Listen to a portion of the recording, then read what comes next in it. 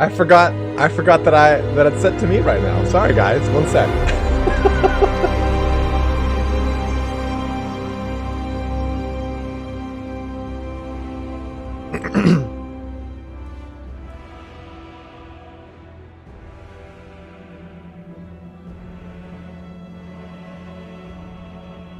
Oopsies. That was my bad.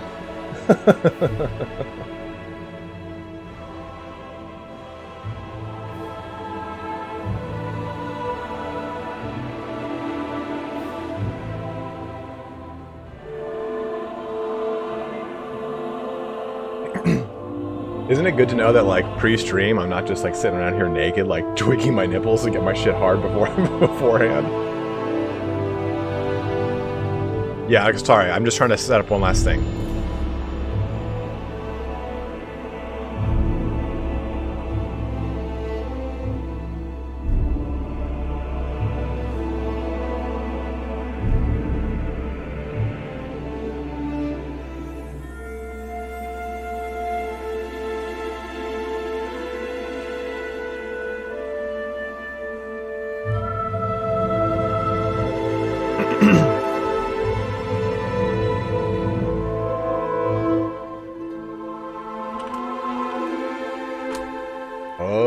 Okay, it is time to go. I'm sorry for the 15-minute wind-up here.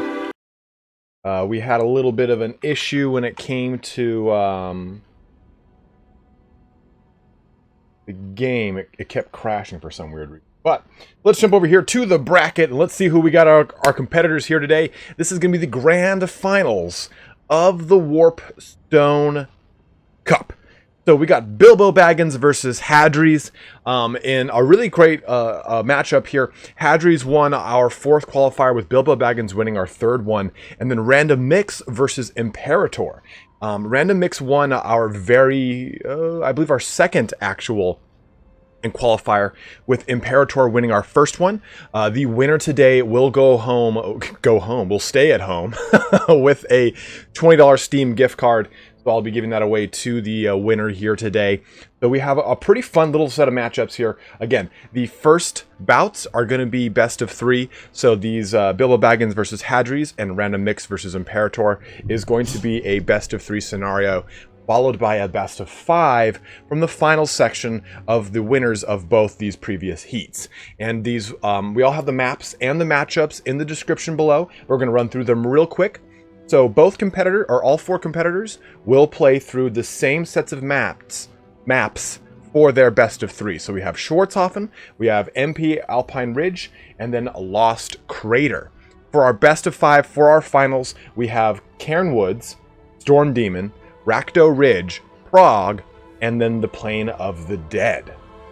So we have a really good little matchup here. I know Imperator unfortunately had to drop out of Turin's ECL finals yesterday, and he just told me that he had some work done with his cables and the internet, so hopefully he'll be able to stay and make it all the way through the ECL, or I'm sorry, the the grand finals here today.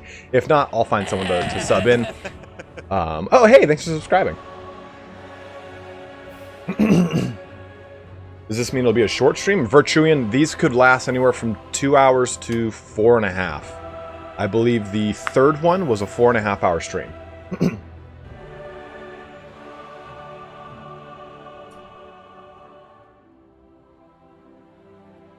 Okay, so let's get this bad boy going. Oh, that's a lot of light. Manga lover. Finally breaking into a new demographic over here.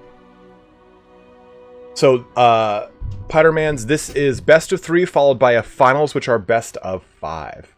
Maybe I should put that. I need a screen blocker, Ignis. What the hell do I need a screen blocker for? My screen blocker is hilarious. I don't think I have it like bound anymore.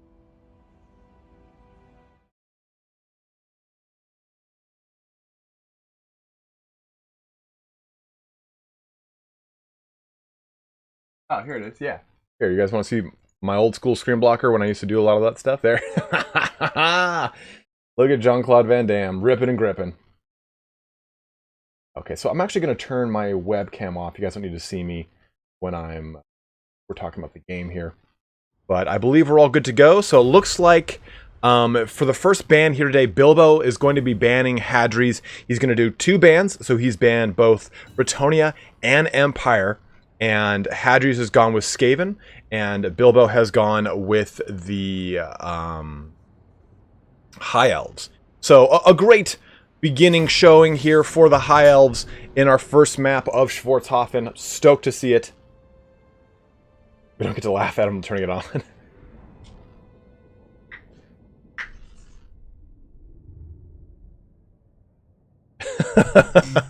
That's so good. That's so good. Turn shout out some of his best matches were screen blockers.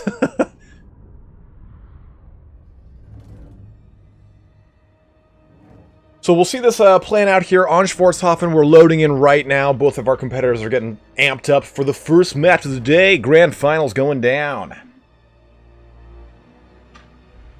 This stream is brought to you by Quarantine.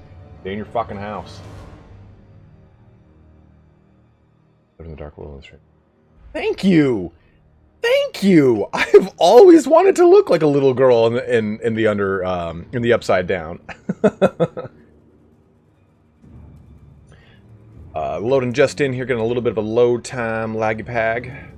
We might have some connection issues. You know, we do have a ton of people on the internet right now, so do be prepared for those. We got a lot of cool people. We got 10 people tuning in right now. Huh? We got 145 peeps checking in for the grand finals of the 2nd season of the Warpstone. Nice rhythm, thank you, dude. No, Skaven is what is being played. Hadres is playing the Skaven, and BilboBagginsxz is playing the High Elves. Both Empire and Bretonnia were banned. You'll always be our little girl. Yeah, Skaven is being played. So let me just push this on over here to stream. And, ooh, look at that. You know, when you play a different game, it tends to mess up your stream capture. Oh, there we go.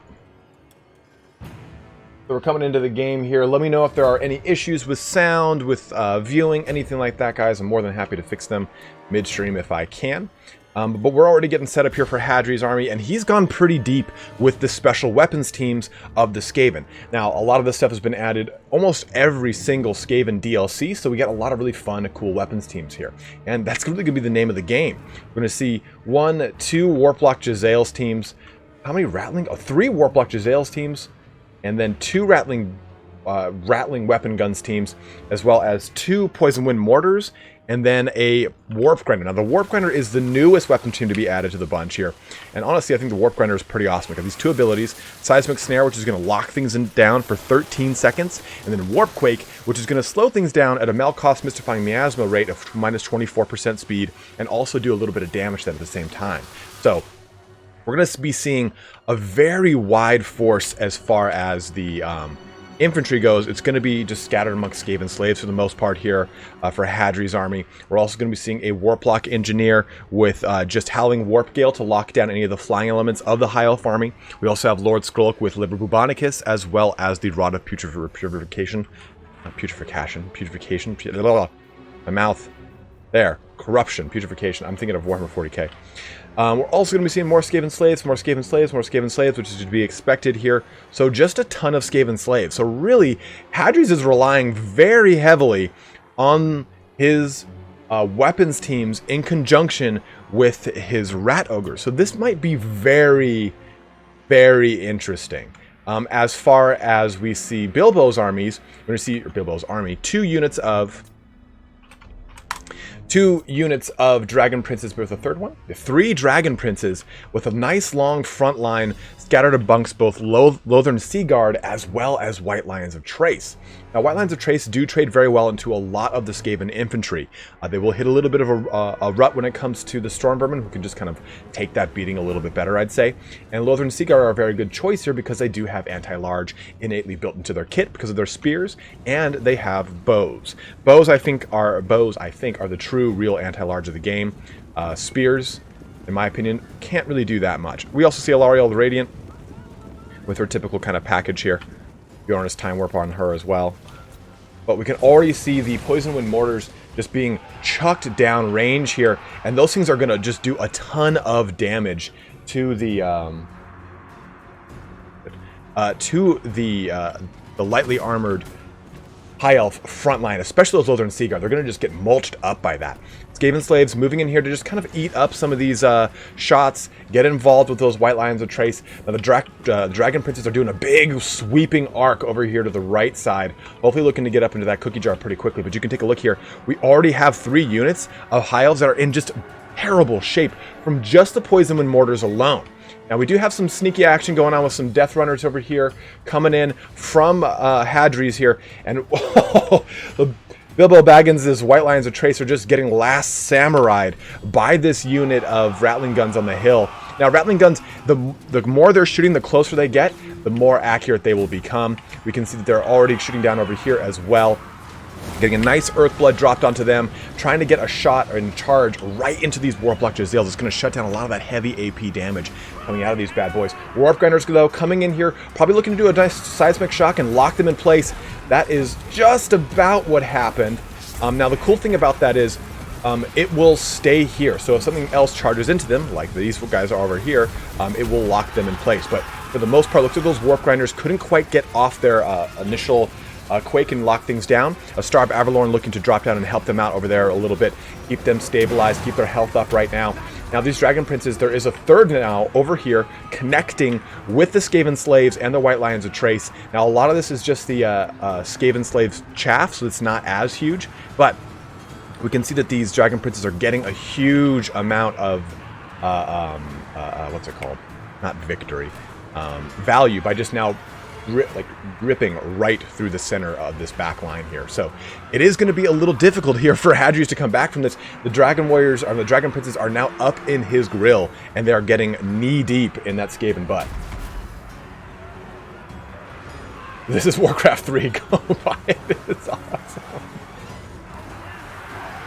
You can definitely tell that these guys are swashbuckling their way through things. The Dragon Princes are just haughty and all high on dragon fumes, huffing all sorts of disgusting dragon stuff as they get knee-deep into that Skaven fur. Now, the White Lions, for the most part, they've dealt with those Skaven Slaves. They're jumping right into the midst of all this, and really, for the most part, there's very little opposition against all these Dragon Princes and White Lions now. The weapons teams are pretty much scattered to the winds here, and Hadres' back is a little bit against the wall on this one. I would say that this was focused a little too heavily on the weapons teams, maybe from a meme perspective or whatnot. I think at the end of the day, though, that is unfortunately going to be a little bit of an Achilles heel for him, as the Dragon Princes just kind of go rick-rolling through the playground here. And yes, I did say playground. Balanced power bar shifting pretty radically in favor of BilboBagginsxz as he uses his Dragon Princes to chase down these Rat Ogres, some of the final things that can actually threaten these guys with their AP damage. Death Runners in the back, just doing some minor damage over here to these Lothern Seaguard. Oh, no, these are Skaven Slaves, sorry. Death Runners are over here, doing some damage over here to these Dragon Princes, but not enough to really do anything. Skrulk, I believe, is on his last little twitchy paw. Oh, he's over here.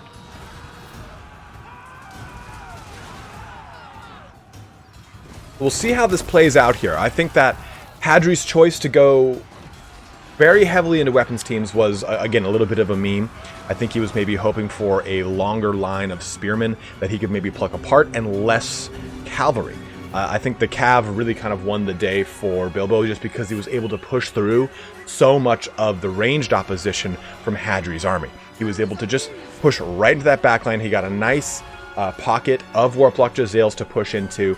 At the same time, Hadres had nothing to really kind of deter that big charge. He had no big stocky units to take it in the face.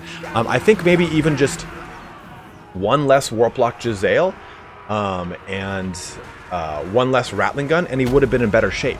I think the Rattling Gun could have been positioned in the back center and then pivoted to meet a charge and slow it down. The Rattling Gun does have suppression fire, so as it does connect with whatever unit it's shooting at, it's going to slow its charge down, slow its speed down, so that you can then kind of react to it a little bit better. I do think, though, that the mortars are a very... mortars, along with the warp grinders, are the two newest weapons teams to the game. And I think that they do have a very strong place in competitive play. I think those mortars are such a low cost. You know what? I think they're like 800. And unless they've gotten most recently buffed up in price. And I think at the same time, they can just output so much damage to lightly armored units that are in dense formations, like all the high elf low tier infantry, that it just gets you so much value so quickly, because it also does continuous damage via a dot damage over time. It's a old school MMO terminology right there. So pulling ahead here, Bilbo gets our first win of the day. Fix that scoreboard. And there we are. So again, just taking a look here, I think just one less, I even say maybe two less Warplock Jezzail, swap this for the Regiment of Renown, one less Rattling Gun, and then you could just have put in more Clan Rats. Just Clan Rats would have been able to hold that line better, I think. But I think the dreaded 3 Dragon Prince is a build that we've seen quite a few times from the High Elves, and it always comes out to great execution, right? Those 3 Dragon Princes are so great. They've got Martial Mastery. They get a little bit better of a bump up from their melee defense and melee attack that you do normally. That's effing with Sparty's sound. What's up? What happened? What happened to my sound? Who did something to my sound? Let's jump back over here to the bracket while our teams get set up. They're doing some more action right now. We're jumping over to our second map on MP Alpine Ridge.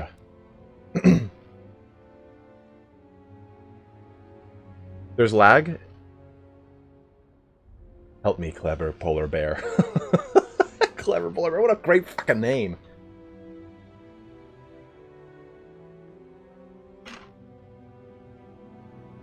Yeah, heavy cav is really the bane of the Skaven. And even you don't even need to take heavy cav. You could have gone with 4 units of Silver Helms.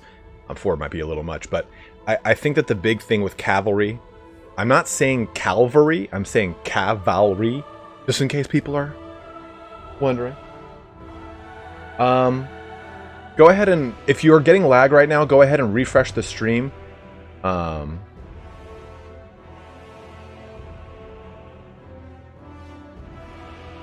Because I'm taking a look at all my stats and everything looks I've got no drop frames, 6,000 kbps, and I'm looking at all green on everything over here. So if you are getting some lag, just go ahead and refresh. It should be all good. But Cav, the big problem with it is if you're not really great with your micro, it can really make a loss for you. So you do have to really practice using Cav, or at least controlling multiple units and realizing when to pull out, when to stay in, when to kind of get around to the flank of something. It's just like chariots. I don't think chariots are necessarily a very easy... Romulan Dog is here, guys! I don't think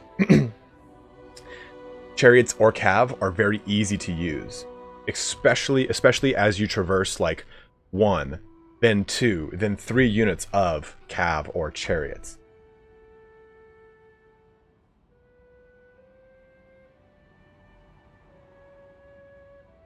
I mean, I'm all about cav armies. Like, I remember when I was playing Rome Total War, like the first one, growing up, I always had like a Riders of Rohan, all Roman Equites army that would just like ride through all of Gaul.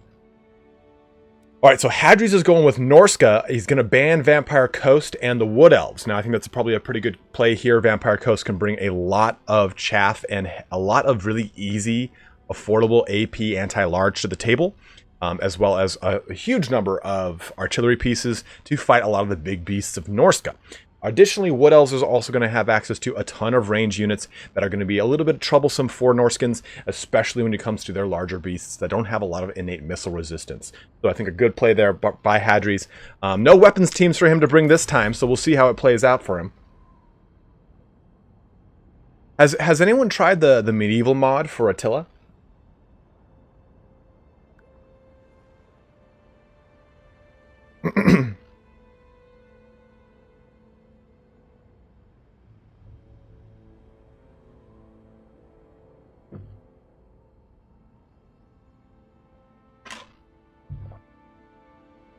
Is it good?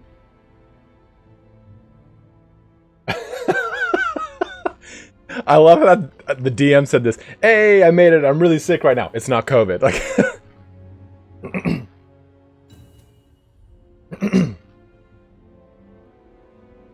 all right. So both of our competitors are now ready. Now Bilbo Baggins is up. It's Bilbo Baggos. I like calling it Bilbo Baggins. It's just easier for me to say. So Bilbo is up 1 in a best of 3 here. This is our first heat. So if Bilbo continues to bring this pressure to Hadres and Hadres can't come around in this match, he will progress on to the finals where it is a best of 5 against whoever wins the secondary heat. So this is going to be a pretty interesting match here.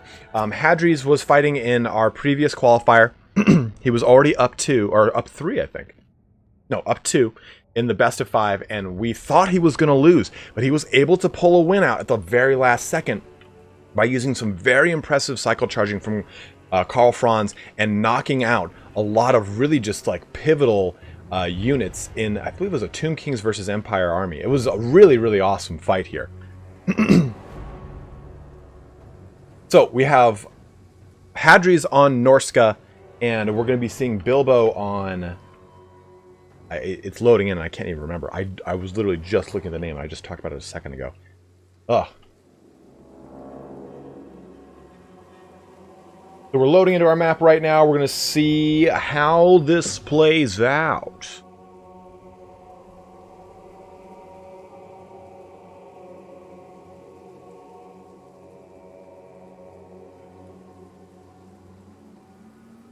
Focus on me, webcam. Oh, okay. So it's going to be Hadres on Norska versus, aha, that was it. Bilbo on the Tomb Kings.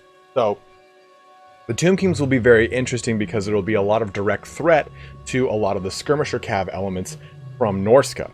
Conversely, we should also see a great deal of anti-large beasts from Tomb Kings, as well as some good chariot play. So there's a lot of very interesting factors you can bring in on this one. So let's take a look at the stream here as it's kind of coming up here. Again, Hadres versus Bilbo Baggins in the first heat of the day. Bilbo is up 1-0 against Hadres, and we'll see how this goes. No, Bilbo is not Shetland Apache. Bilbo Baggins is Powell. Hey, Will LaFour, it's 4:30. You can make pizza right now if you want. We're in quarantine, bro. You could have been drinking 3 hours ago if you so wished. So let's take a look over here at Hadres' elite killer force of Marauder Berserkers here. This is not an otherwise uncommon build.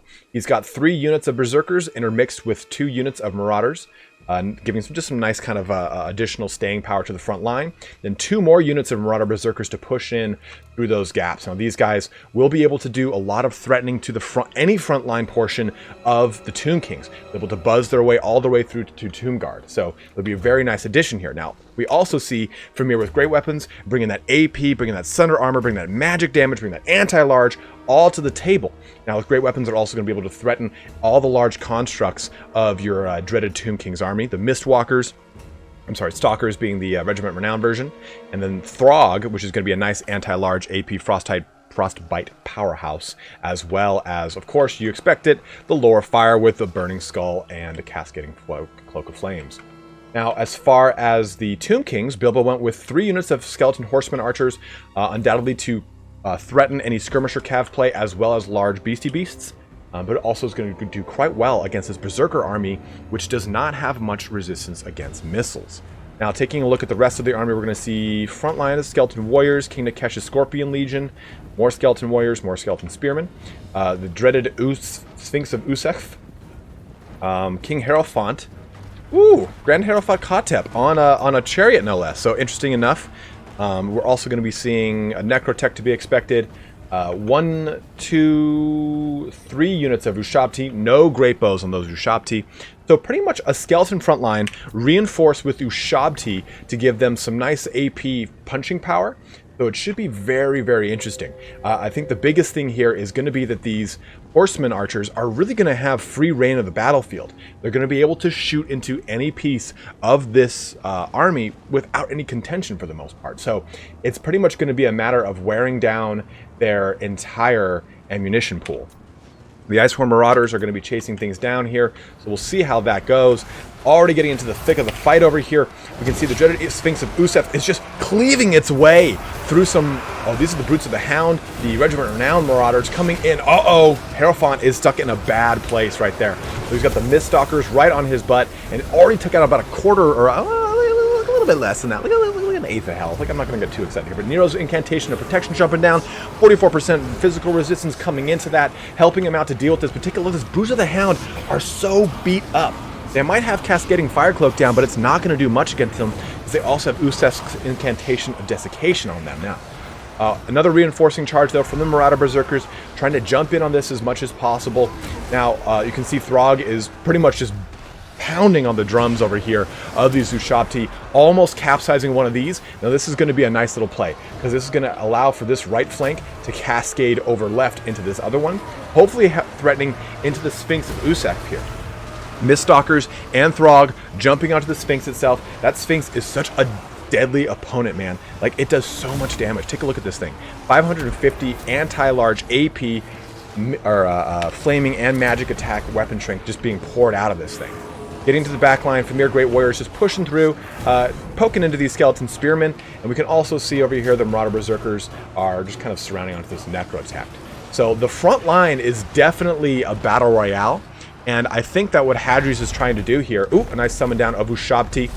We see that the pool, the Well of Souls was able to add up all the way quickly to get that nice summon here. Where's that? Where's Hierophant? Hierophant is back here. He was able to pull out of that engagement early. Just pretty much being able to use a ton of damage. Now, one thing I do want to focus on is Big Daddy Throg. Now, Throg himself can do a ton of damage, but since he's a troll, he has regeneration, and as a result of that, regeneration gives you a weakness to fire, 25% weakness to fire. Now, Usef over here does flaming attacks. That is not going to be good against Throg. So you can see what Hadres is doing. Even though Hadres knows that this guy can do a ton of damage, he's pulled him out of this engagement. He's keeping the Miststalkers and all the other portions wrapping up around that big Sphinx of Usef to threaten it as much as possible without weakening Throg. That's the big play right there that I want you guys to really pay attention to, because Hadres does not want to get Throg just beaten down by the Sphinx here, because it can be a very quick fight. Necrotect over here, about to fade away, and we can see that this fight is pretty much going the way of the Norskins, as far as the melee goes, as to be expected.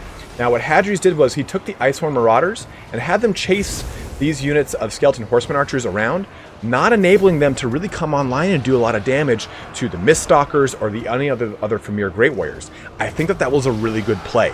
He's sacrificing a low-cost unit to keep his high-cost units viable and strong to continue fighting throughout this fight. The dreaded Sphinx of Usef is down. It has been brought down by the might of all these dreaded Famir Bale Fiends and all that kind of action.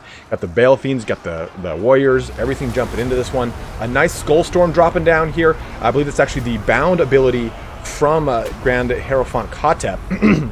Does a pretty good amount of damage to those Marauder Berserkers. They are lightly armored, so it rips through them. Unit icons? Sure. Should be on. There you go. Does that help you guys out a little bit more?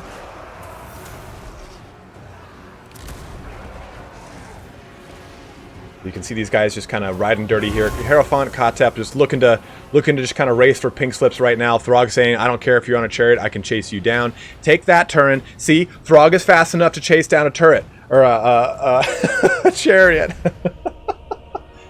That's a throwback to our head-to-head campaign, if you guys don't know about that.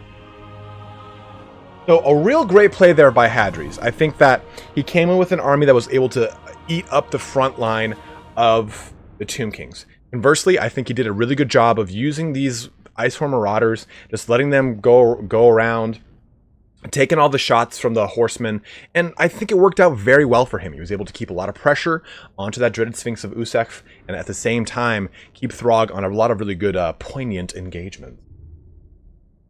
Yeah, as the chariot gets away. Throg will always be fast enough to chase down a building. Let it be known far and wide. So, it looks like we're coming up here to the the tiebreaker match point between these two gents. It is 1-1 now between Bilbo and Hadres. So we can see that this has been a pretty good back and forth.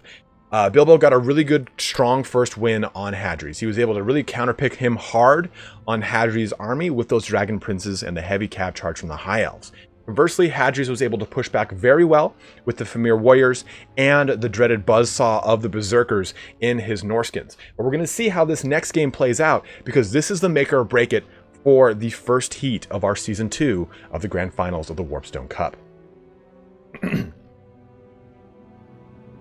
I need some more water. I find my voice is parched.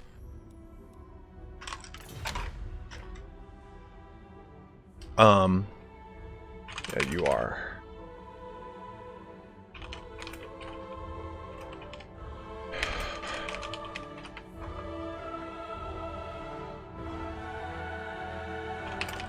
We're just double checking the rules on that, because as you hit the third round in the banner rules, that's the rules we're using for this. That's the rules that Turin uses for his ECL, Aerocrastic uses for his tournaments. I believe my son Herbert Walker uses them as well. Falcon, you're here. For round 3, it's one ban, one pick to the top bunk, correct? But again, we're using the banner tournament rules, and that is what we pretty much use unanimously across the tournament world. For best of 5, 1 ban. This is best of 3. 2 bans, okay. Oh, okay, 2 bans.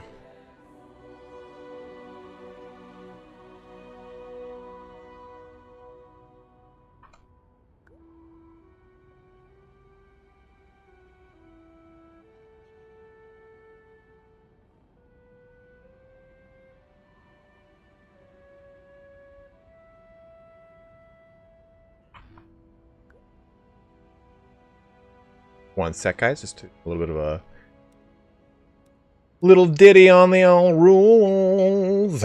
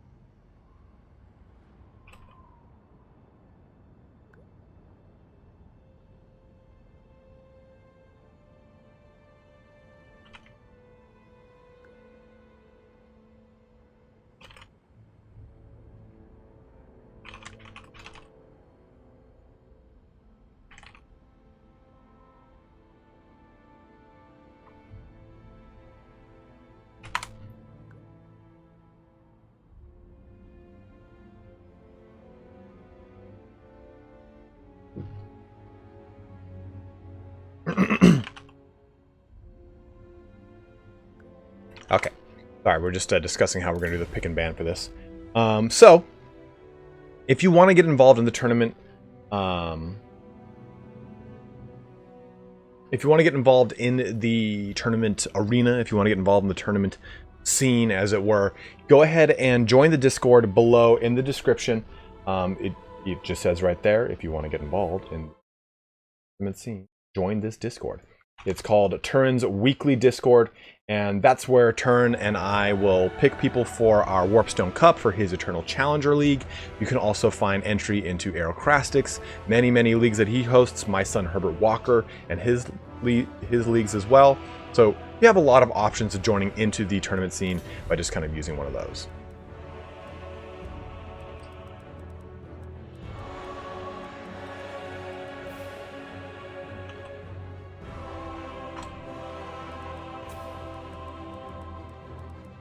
The map to the Lost Crater for our last game here of this heat.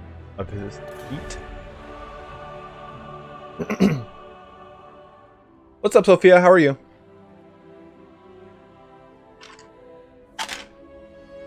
Now, switching over to water. You guys remember when Ventrilo was a thing? Ryan, you dirty bastard. That's like talking about Turn and I's old World of Warcraft, Hey, what's up, Dov? World of Warcraft, raiding days, man.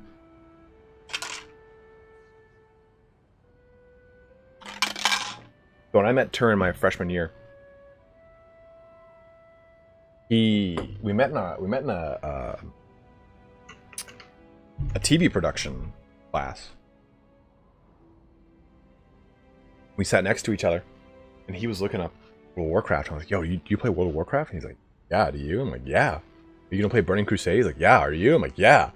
So, I rolled on his server, and dude, he was.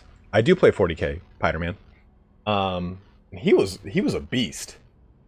Like, he was like, Turn is like one of the best wizard mages I've ever seen in that game ever. So, him and his friends from high school, they rolled a warrior, a mage, they had a priest, and they had a hunter. And I really wanted to make a fucking Draenei because I was stupid. I wanted to make a fucking hooved monstrosity. So they were already level 60, so they were able to push the 70 quicker, and I had to start from fucking scratch. Oh, PvP for sure, Ronan. We loved playing like arena and PvP all the time. But when they were raiding because they had reached 70 before me, and I was now pushing through the Burning Crusade because I had just hit like 61, 62. They would call me into the Ventrilo, and I would give just like in-character ridiculous speeches to like hype them up, and they would all just laugh their asses off. Like, thanks, man. We're gonna get it now. Ben Simpson, it's because I'm wearing a collared shirt. All right, Bilbo says that he's going to be picking the Dawi, the Empire, and the Beastmen. Then they're going to be banning from that list. This is the new pick and ban system, which is a little wonky, but I'm going to allow it. It seems kind of fun. Hope you guys are enjoying the stream here today. We've got 223 of you bros checking in. This is the third match of our second heat here today. So make sure you're liking the stream. It helps out any YouTuber you do watch. So Hadres is gonna. So Bilbo selected the Dawi, Empire, and Beastmen, and Hadres responded by picking the Dark Elves and banning the Empire, and Bilbo then selected the Beastmen. So it is going to be Hadres on the Dark Elves and Beastmen for BilboBagginsxz, which will be a very interesting matchup. As we all know, the Dark Elves have access to a ton of strong skirmisher cav that can do a lot of AP ranged damage and is quite quick. But when you're talking about Beastmen, you're talking about an army that can catch that cav quickly as well. You've got tons of Centaurs, you've got Cygors chucking stuff downrange, a lot of pretty good effective chaff infantry, a lot of volume of fire from your Ungor Raiders, which are going to be able to threaten any kind of black dragon play that you get to see. So this should be a very interesting matchup here between these two. It's going to be on the Lost Crater, one of the maps added with the Tomb Kings, so it should be a fun match overall. The Lost Crater is going to be very interesting too because it has an interesting geometry about it.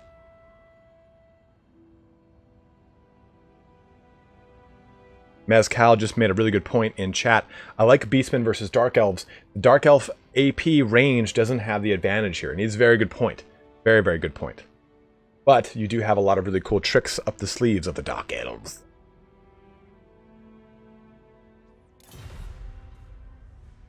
All right, Hadres is readied up. Bilbo's completing his army, and we'll see how this plays out for our what is this thing called? Second heat? No, first heat, third match, rubber match. See who progresses to the grand finals. Remember, those grand finals are a best of 5, so you'll be able to see that progressing here today.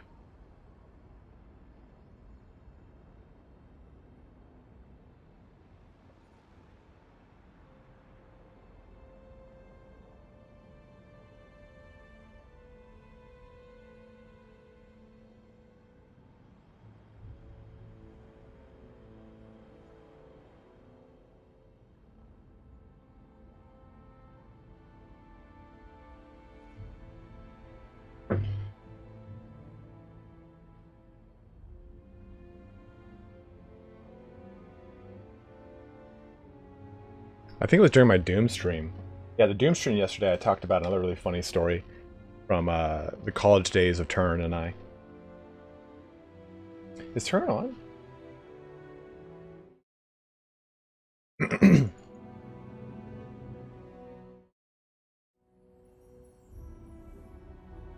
We're waiting for our two armies to ready up here. Then we'll be jumping into the fight. I'll regale you guys this story, even though I've retold it. I'll now be retelling it, but still, it's a fun one.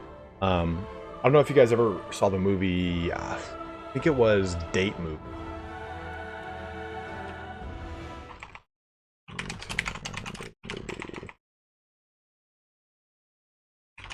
I think this is it. Yeah, yeah. It was the movie Date Movie. And let me... you'll be able to hear this. So, the movie is terrible. It is not good. But... Oh yeah, that's it. Let me get to it. Yeah. There it is. Yes! That used to be like a mating call for, for us. Because, the way that our dorm was set up, it was like kind of like a block in Tetris. So it went up, across, and up. And my room was up here at the top, and his was down at the bottom portion.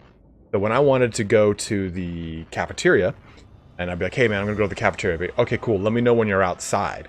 I would go down, go out through the center. That little cross portion was where both portions of the dorm could meet up. Would go outside, and he'd usually almost have his window open because we're in Southern California. And I would just have to be outside of his window and go, yes! And he would respond back through his window. Him and his roommate would be like, yes! And they would come outside. We'd go to the cafeteria. That's what it was like going to college with Turin.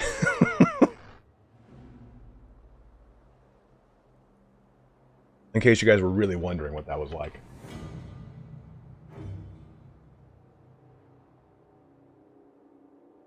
So, people keep asking, like, where are you at with the Friar Tuck? I'm like, this is like, I shave my head every other day.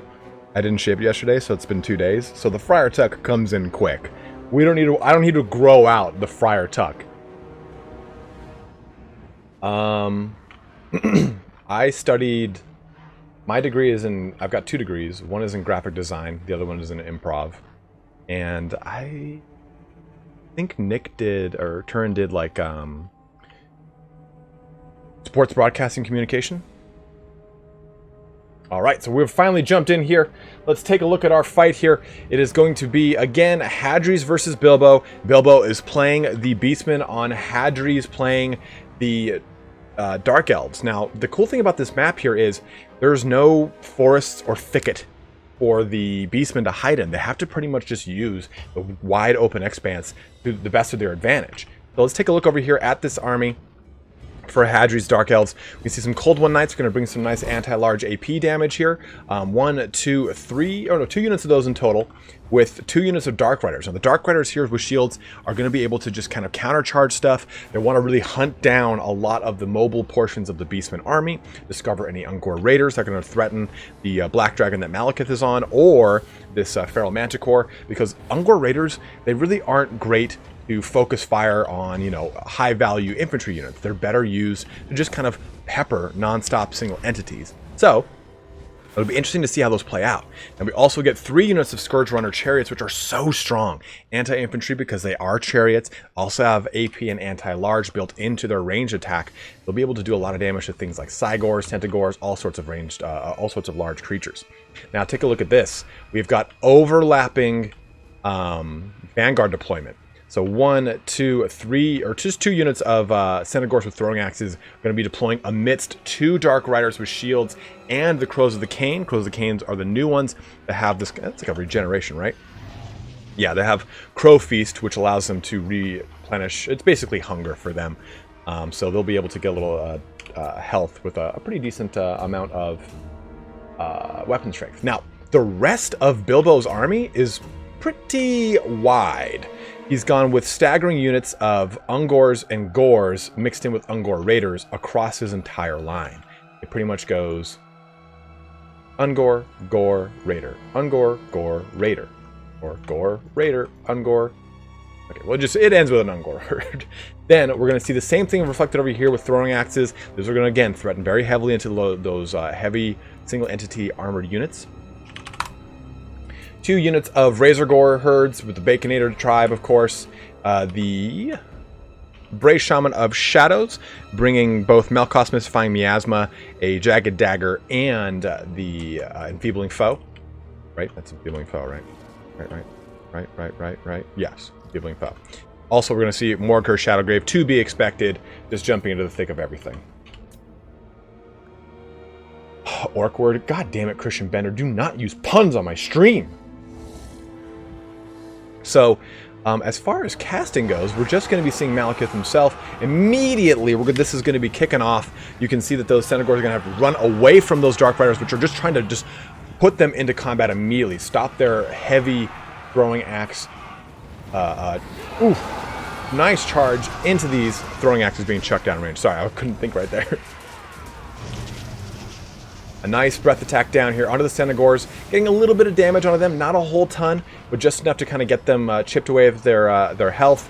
The Chariot's just riding right through these guys. Dark Riders and these Harpies looking to put pressure onto the Centaurs with throwing axes over here. Dark Riders taking a lot of those chucks in the face, which is, I'd say, okay. Let the Dark Riders take it versus, say, Malekith or the Feral Manticore. Now, this is going to be interesting because the entire army of Bilbos has to wheel into this. So this gives Hadres a chance to pick off units a little bit at a time. Hopefully he can get a good value out of this because he just got a nice charge, or nice responding charge onto the Scourge Runner chariots with these Centaurs. And those are going to just kind of lock them in place. He was trying to use those Scourge Runner chariots to ride dirty through a lot of these weaker armored infantry units of the Beastmen. What's up, Hugh Gedney? Malekith, though, dropping down into the fray, saying, no, I got a Black Dragon who's got just a disgusting amount of horns. A nice Soul Stealer coming down, I believe, or maybe Enfeebling Foe. We're going to see in just a little second here. Soul Stealer dropping down onto this unit, carrying that Soul Stealer away. The Centaurs have been just dealt a heavy blow here. We can also see, though, they did get a good amount of damage onto the Scourge Runner chariots, which didn't lose any entities, but did lose quite a bit of health. Now, the Dreadspears here kind of looking to block this portion of those throwing axes, take those shots in the face.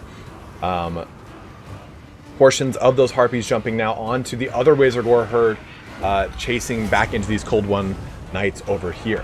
So now we're seeing the rest of this Beastman army come back online from the right side of the force, right side of the field, looking to just face back into Hadres' army. You can see one unit of Dark Riders is already pretty well beat up. And we're going to see how this plays out because I think Hadres has now lost a lot of his momentum. He had a lot of good momentum pushing through a lot of weaker portions of the Beastman force. But now that the force is kind of squared up on him, he does have a bit of a line of battle over here in the dead center. He's getting a nice breath attack down, though. Looks like it doesn't really hit home. He gets a nice good amount of hit on the Gore herd. I expected a little bit more damage, to be totally honest here. And he got another one that did break from this Ungor herd. We're going to see how this plays out, though.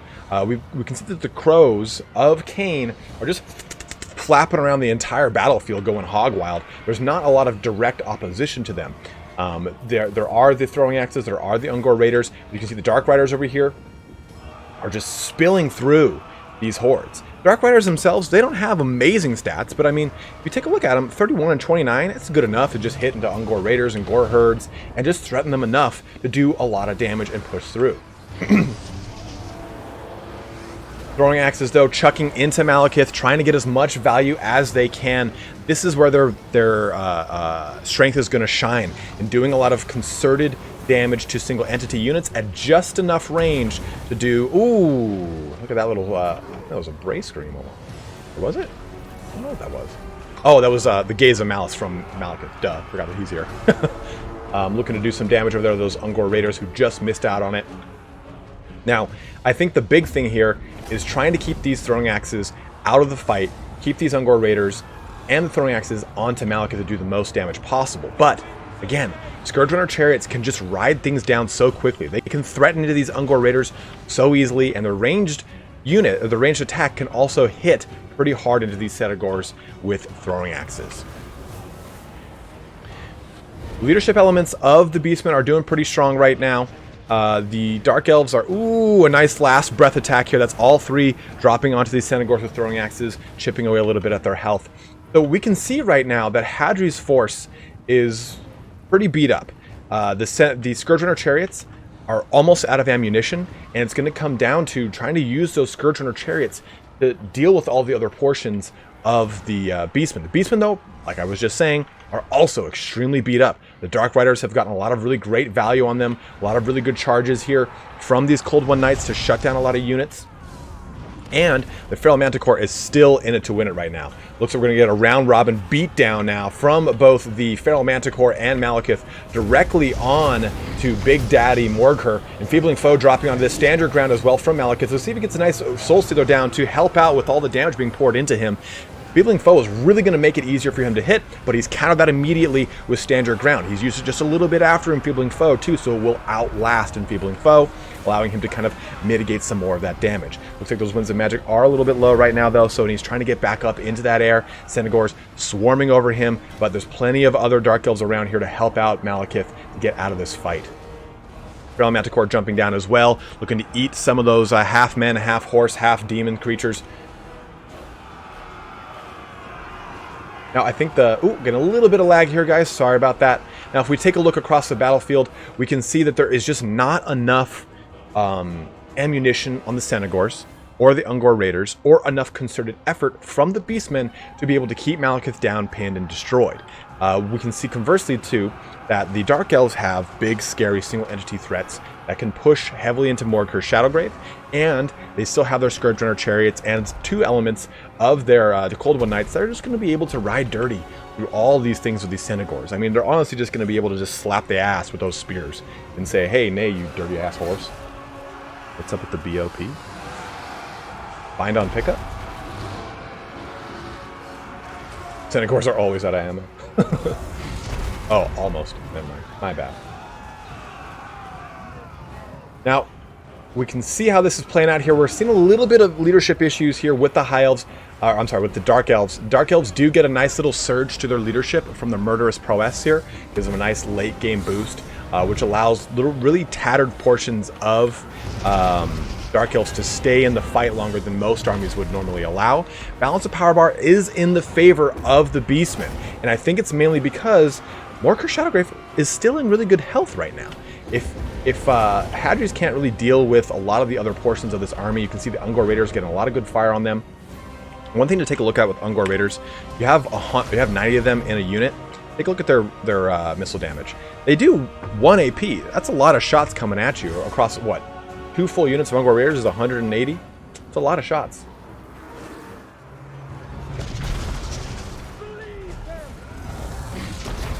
Ooh. Malekith's just kind of eating up these Centaurs, trying to kind of even the odds here. A lot of the Dark Elves are really in tatters and running away from this fight now. We can see, too, that the Feral Manticore is really not doing too well. It is currently out of control. It is rampaging, and Morghur's Shadowgrave is just kind of slowly walking towards it, chuckling. Oh, no! Scourgerunner chariots getting a nice good charges onto these Ungor herds. Malekith looking to come down, looking to go down right on that Bray Shaman of Shadows, just trying to get any kind of balance of power twist that he can, trying to even those odds, and just destroys him, absolutely destroys him. But he was able to get an Enfeebling Foe off at the last minute, bringing that melee defense down and melee attack down as well. He'll probably come. Oh no, he's terrified, so he'll come back from that for sure. Really, the fight is right here. You can see portions of the Dark Elves also coming back online in the outskirts of the battle. Morghur still kind of looming over the battlefield. Call of Violence down on him, giving him a nice little leadership boost. I think we're going to see a Soul Stealer dropping down from Malekith. Or not. Go! That Balance Power Bar now swinging back in favor of the Dark Elves. There it is. There is our... Oh, that's an Enfeebling Foe yet again. Damn. I thought that was going to be Soul Stealer. Used on the Centaurs there. Now that is going to drain a little bit of health from this Bray Shaman, but I think it might be a little too late, as those this unit pretty much takes that Soul Stealer away from Malekith. That might have been a misclick, or it might have been actually intended to finish off the unit wholly, but unfortunately, it wasn't able to give a ton of health back to Malekith or help him stabilize in the situation. Hopefully these two single entity units can now push back on to Morgher. There's still just little bits of Dark Elves coming back online here too, and that should help out with Hadres. This is down to the wire. Whoever wins this one's going to progress to the finals. You can see that Feral Manticore is doing what it can. Last little bits of health, 207. Balance power bar shifting more so in favor of the Dark Elves. This little guy's routing off the table now. Now, the Scourge Runner Chariot is anti-infantry. It is still a chariot, and this bad boy is an infantry unit. So he can try and use some damage here. Enfeebling Foe dropping yet again onto Malekith. Now, I think that Bilbo's done a really good job of keeping Enfeebling Foe on Malekith to just try and mitigate that damage away from Morgher, which I do really like. Terrified? Terrified yet again for the Bray Shaman, getting him out of that fight. It looks to be that Hadras is trying to keep Malekith with the Scourge Runner Chariots to keep their morale high, and also kind of add to the punch of those chariots and break units one at a time to try and get a balance of power shift with the army loss. Taking a look again across the battlefield, we see more Dark Elves fleeing than Beastmen. Beastmen seem to be just kind of out of the fight right now. It's down pretty much to Morgher, Shadowgrave, and this little Bray Shaman. Another Enfeebling Foe onto Malekith. It's the winds of magic, just don't stop. Oh, that Bray Shaman has brayed his last. And we're down again to just Morgher. We do have some Dark Riders. We have the Scourge Runner Chariot, and we have Malekith all taking bites out of Big Daddy Morgher here. Stand Your Ground popped onto Malekith as well, mitigating some of that Enfeebling Foe. Yes, yet once again. Balance Power Bar shifting once more in the favor of the Dark Elves. Call to Violence activated here. Scourge Runner Chariot having some issue. Nice cycle charging in from Hadres. Hadres is very good at using these flying single entity units to their greatest advantage and getting good cycle charges onto his foe. Uh-oh. Look at that leadership. It's just flailing back and forth. Look at all that action. 1900 health. He's regenerating as he stays in combat, getting nice big charges into him, and I think that was it. That was the final little thing to tip the balance of power over, and army losses going in the favor of Hadres, who pulls ahead 2-1 against Bilbo Baggins in our first heat. Woo! Man, that was a really intense last fight, and I think that Bilbo played it very well. I think that he saw that initial kind of Vanguard deployment. He pulled back from him immediately, tried to wheel his force around to meet up with Hadres, and I think he did a good job of dealing with a lot of the threats from Hadres' army. He was able to kind of get those Cold One Knights down and beat a lot into them. At the same time, he was also able to keep the Scourge Runner Chariots from really wrecking house more so than they already did. I think 79, 122, and 73 out of those guys, they did a great job of punching plenty of holes through the army, but I think that a lot of people, Galen just said in chat, a lot closer than people thought. I think that people thought Hadres had this in the bag from the start. And I think that once Bilbo was able to wrap around and not meet things one at a time, he wrapped around, created a line, and then moved the line forward, rather than just kind of tossing things one at a time into Hadres, who could have then dealt with it piecemeal. I think that was a really good play because it broke Hadres' momentum, and Hadres then had to respond back to that line of battle. Oh. Whew. So, let's get our next competitors in here. My God. Well, Hadres moving over here to there. Let's get Randommix and Imperator into this fight. We're up.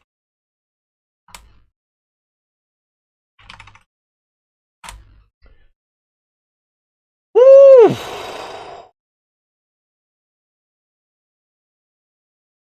St. Augustine asked, why did the thousands...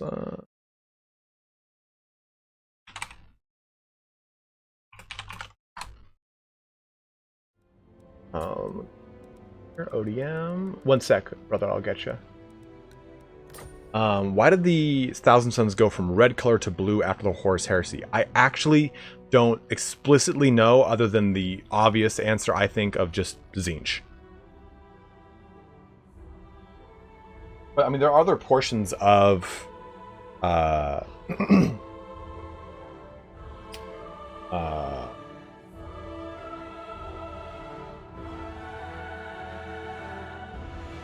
there's other portions of the Thousand Suns that are not blue. Other war bands.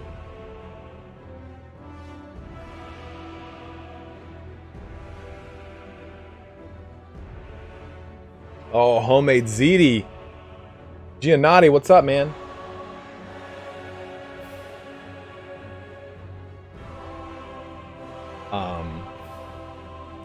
Oh, wrong button.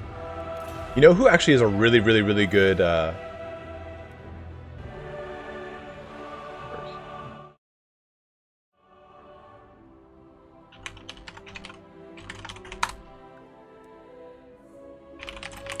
Alright, so we're jumping back over here to Schwartzhafen.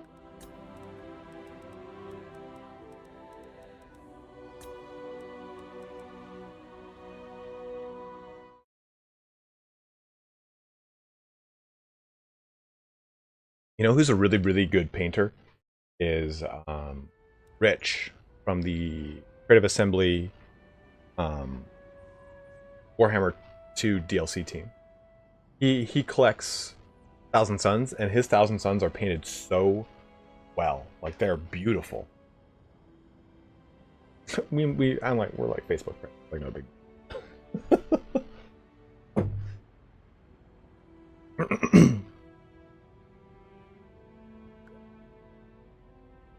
We're jumping over here to our second heat. It's going to be Randommix versus Imperator. Right now they're doing their picks and bans. We're jumping back to Schwartzhafen. This is also a best of 3. Whoever wins this is going to progress to the finals against Hadres in a best of 5 to see who wins the cup.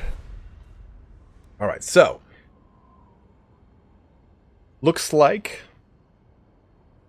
Randommix is going to go with Vampire Coast and ban both the Empire and the Dawi, who have a lot of really good answering artillery elements. Not to mention, of course, the Empire have a lot of really strong cav elements against Vampirates, which work very, very well.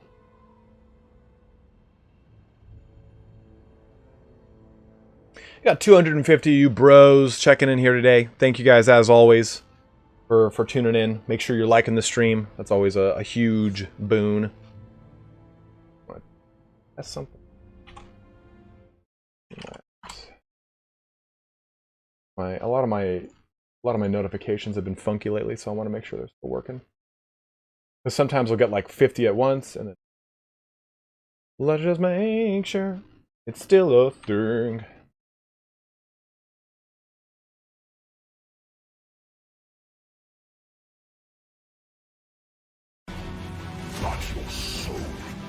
Okay, good.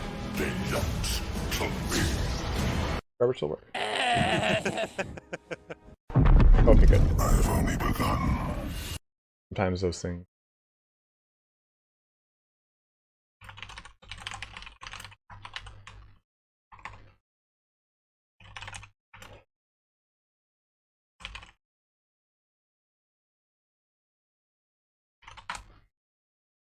Sometimes those things just like shut off for no reason.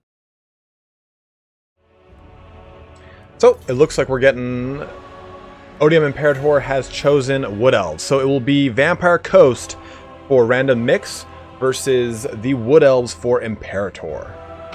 Hey Hannah, what's up? They're just selecting their armies here. We're going to be coming up on Schwartzhafen, our first match, our first map for this heat.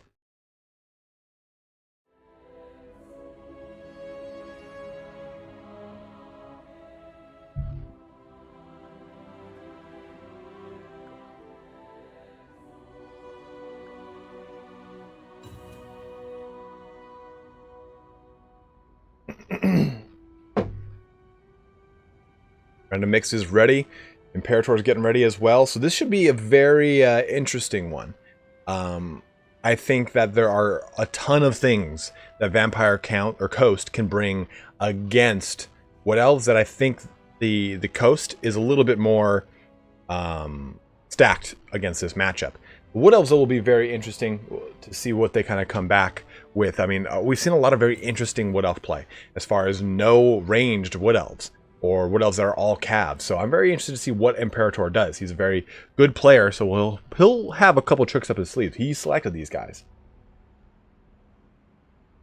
All right, so let's jump into our first match of this heat.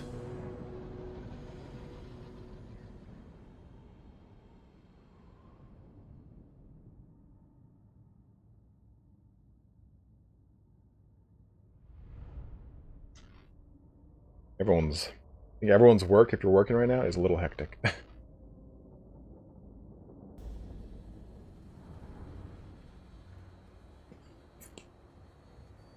Got some fun stuff planned throughout the week for you guys. Got a top 5 video I've got planned for some 40k action. I'm working on my video for the Primarch series for the Great Khan. I'm going to be doing a video for lore for Doom Eternal too, because I've got the codex for the Sentinels. And the Sentinels are what the Doom guy is, and I think a lot of people want to know what that lore is. So I'll be reading directly from the in-game codex. This is like a fun little, probably like a 30-45 minute video of me just reading straight from the game. So it'll be fun to kind of hear. What do you think the most pressing balance issues are at the current state of the game? Well, it depends on what you mean by balance issues. Do I mean as far as range units doing tons of damage, or Wood Elves being very strong, or this faction being very strong? Like what exactly do you mean by balance issues? So, we're jumping in here. Both armies are setting up here, so we're going to wait just a little bit. But we can already take a look at some of Imperator's crazy tactics. It is going to be Deepwood Scouts with Swift Shiver Shards. These are the magic damage shards for the Deepwood Scouts. So they're going to be doing a ton of range damage. 1, 2... Those are all, yeah. So 1, 2, 3, 4, 5 Deepwood Scouts. Now, in conjunction, we also see some Dryads.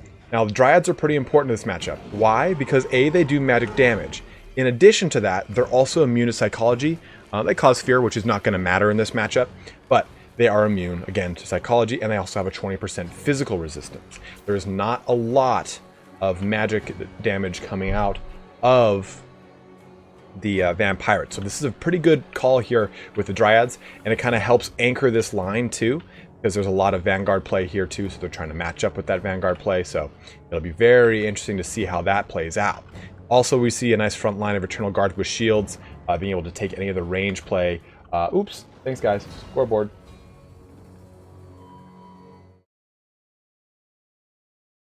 Oh my God. There we go. And then we have some War Dancers, and we see an Ancient Treeman, which has become a more and more popular choice here. Treeman's going to be going with Awakening Wood and Regrowth, as well as Earthblood. Now, as far as our Vampirates go, oh man, so look at this. This is just going to be, again, right on top of each other.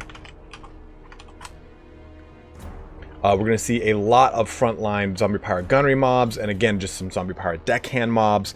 2 units of Bombers, more Deckhand mobs with handguns, so 2 handguns, followed by 4 total Deck Gunners, which are going to be nice long-range damage coming out. Then 2 Mortar units, followed by the Night Terrors, as well as some Fell Bats. I believe we can see Count Noctilus on his Necrofex Colossus as well. He's ready to do some damage here. He's going to be having the Invocation to Heck. He has his Drowned Dead. Also, he's got the Captain's Wrath's Moon Dial, which is going to allow him to summon up some additional goodies. Now, Captain Wrath's Moon Dial is a reference to Captain Wrath from Dreadfleet. So it's a pretty cool little nod to the board game Dreadfleet. Here it is. Just Deepwood Scouts going deep onto these Zombie Pirate Gunnery mobs, going wild over there. Woo! It's definitely gonna be a ranged game here. We're gonna see a lot of Deck Gunners shooting downrange into these Wood Elves, crumbling into them. Like, look at these Dryads just getting mulched up. You can see the mortars pummeling down into them as well. This This is going to be an interesting one. You can see that this unit of zombie pirate gunnery mobs is just it's taking it in the face. It's okay. It doesn't really care. It can take all that damage. It's not going to be that high value of a trade for them. Take it out. They can overcast the drowned dead and summon up another one just like that. But the zombie gunnery mob with bombers is coming in, looking to chuck some deadly bombs onto these dryads, and it will just completely nuke them. There's going to be some fire damage coming out of those bombs. There's going to be tons of damage there. Look at that. Look at that. Oh, man. That just ate up a little bit less than half of this dryad unit's health, resulting in 69 units left, bro. Oh, man. This deck gunner is just getting shot apart as well. Wraith shot dropping down onto these Deepwood scouts. You can see a nice summon up here of the zombie pirate gunnery mob. This unit of dryads being completely crumbled by these bombers. Look at all this action coming in. You can see that these night terror, I don't want to say screaming terror for some reason. Frontline also getting just decimated by these bombers again and again, eating through the Eternal Guard over here. 2 units completely buckling over here, peppering these units. A third one buckling. Woo! Deck gunners are getting deleted over here, but we also see a lot of responding charges in by these Deepwood, or by these Night Terrors getting into those Deepwood scouts. A nice, good, fast charge into them.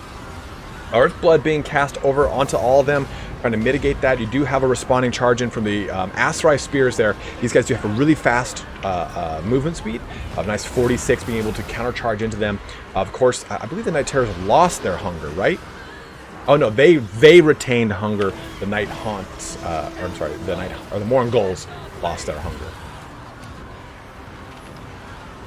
Things are going hot. You can see just Swift Silver Shards going all over the place. Mortar shots buckling into these guys. Deck Gunner still very, very much online. And Odium Imperator bows out immediately from the fight, giving our first win to Randommix.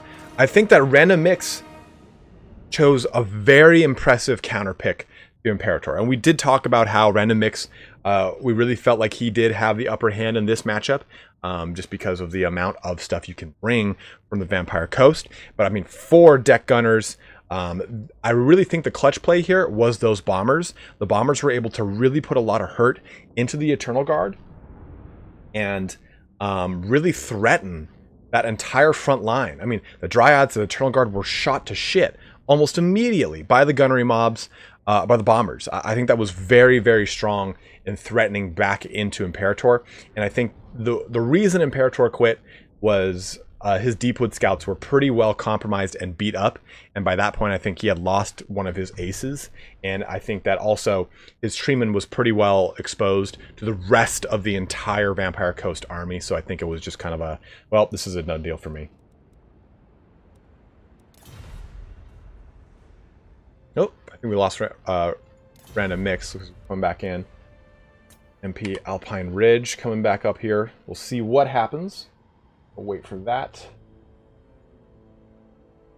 Or fix that to 1.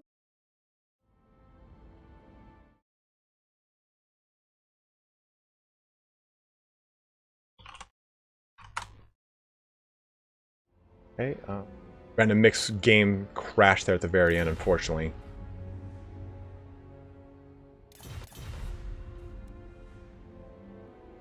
Looks like Randommix's game was super choppy, so he'll be in here. Also, I think the big thing that didn't help Imperator was that they were both stacked like this. Well, I guess it was kind of like that. And because of that, Imperator couldn't use a bunch of range to his advantage, couldn't help wrap around the army. He was just immediately kind of faced into it. Oh no, Imperator gave up. Randommix, once the game was resolved, he closed his game and came back into it.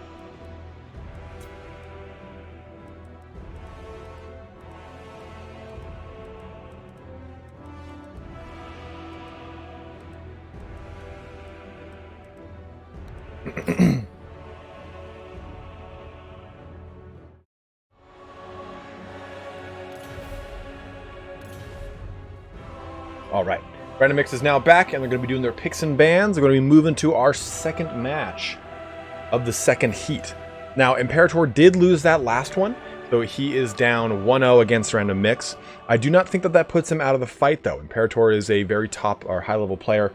We've seen him go the distance in a lot of other leagues and a lot of other competitive matches. So expect to see some interesting play in this next one. Going on here just to show support, my bro. Thank you, Armand. I really appreciate it, dude.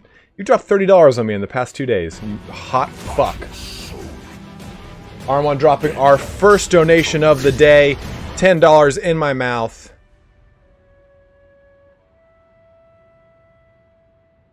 Okay.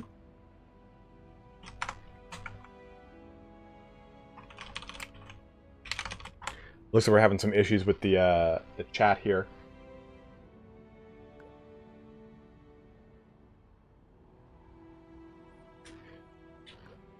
I honestly, and I could be wrong on this. Falcon, are you still here? Maybe you can answer this question a little bit better. I kind of feel like everything's pretty well balanced right now. I think there are some factions that are way stronger than other, but I think it's more from a counterpick perspective and less from an actual, like, this faction is completely, utterly broken. Vampire counts, I think, are a little bit... Dov, are you here? Dov, you always have a really good idea of the tier system right now. Yeah, I think I agree with Will of Force. It's more of a buff up rather than a nerf down situation. I don't think that we need to do this. I think we need to do this.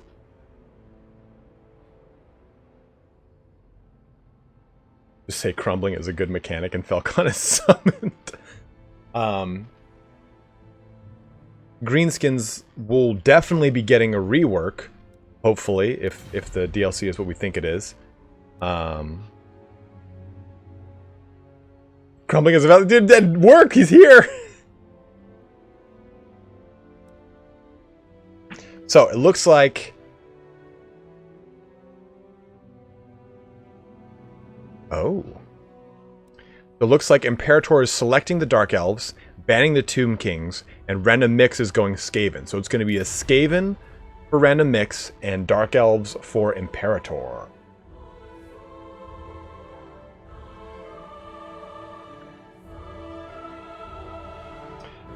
Chaos has had better days, I'd say, but they still have a lot of competitive things that they can bring. I mean, Big Daddy Kolek is such a strong unit, or a strong single entity. Depends, of course, the matchup. There's someone you don't want to bring him, obviously. And Chaos has access to some of the best skirmisher cav in the game, in my opinion. Horsemasters are very strong, and they can counter a lot of other skirmisher cav very well. It's not even from an actual skirmisher cav range standpoint, from an actual melee standpoint. So you have a lot of really good things, I think, with Chaos. And of course, Chosen are still, like, pound for pound, some of the strongest infantry in the game.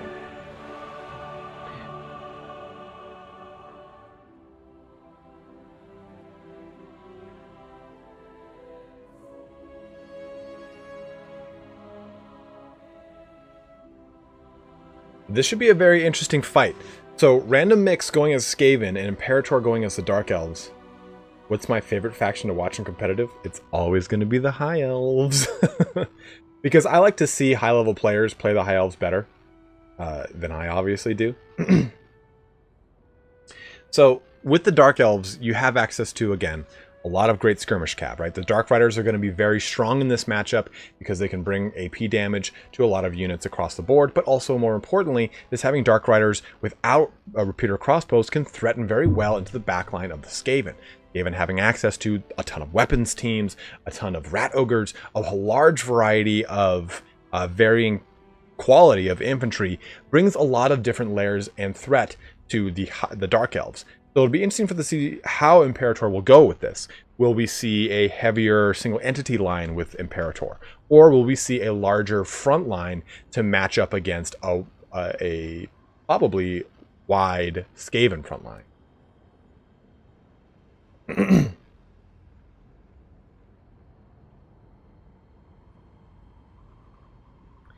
Yeah, I was going to just say that. So the Matt Giannotti just said, interesting that Empire is always rated highly in tier lists, but super rarely seen in tournaments. It's because they do have a very high skill cap. You have state troops which don't have the best morale, but then you have amazing cav. You have really good access to what's it called? Artillery. And Karl Franz is a very strong lord, especially if you have a really good presence on the battlefield and know how to really get good cycle charges off on him and how to really keep him in and out of combat. He can be used very, very well. He's a bit of a glass cannon, but I think that oh, and another great point too is also, yeah, high magic variety. They have access to pretty much everything.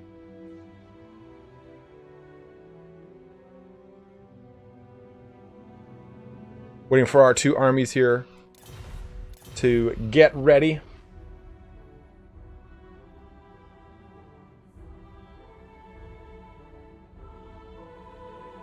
$273 of you bros checking in here today. Thanks for watching our grand finals. We're still only in our second heat. We still have the the finals to the grand finals, which will be a best of 5 between Hadres and the winner of our second heat here today.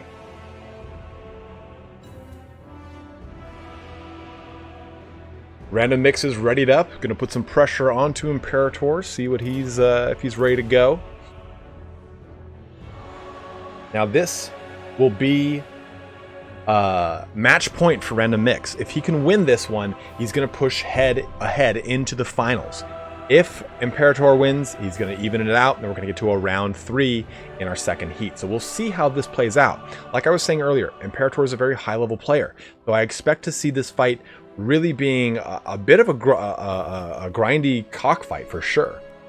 All right, both of our competitors are ready. We're going to go ahead and get loading into our game and see how this pans out. For those of you guys who want to see me be an absolute idiot, I'm going to start streaming again on my Twitch. My roommate plays Destiny, and ooh, I'm going to sneeze. I'm going to sneeze right now.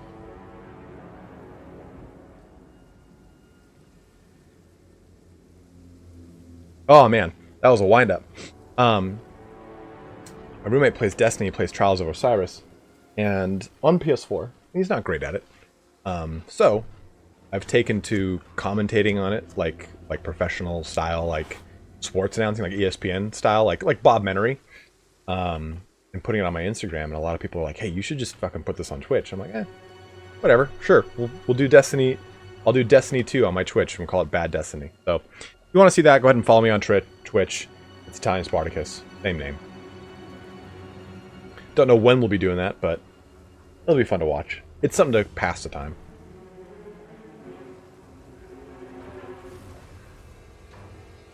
Alright, so we'll be jumping on over to this as both of our forces have zoned in. So let's take a look over here at Imperator's army. He looks to be all set up. So a nice line of spears in conjunction with Witch Elves and 2 units of Sisters of Slaughter. I think that's a really good choice here. Sisters of Slaughter are going to bring a lot of damage to the board, and on top of it, they get stronger as they get weaker, so we're going to see them really do a lot of... What did I press? A lot of really good damage here. 2 units of Cold One Knights to threaten any large beasts from the... it looks like we're going to be seeing some. Any large beasts from the Skaven. We're going to also be seeing a Feral Manticore, ooh, Marathi here.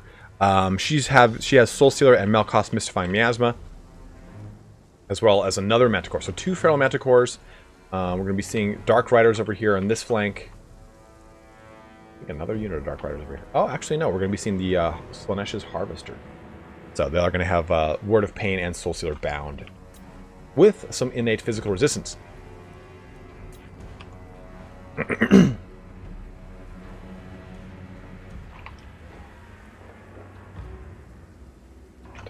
looks like we're going to have a little bit of lag from Imperator. There is a chance that he might drop out of this unintentionally, so we'll see how that happens.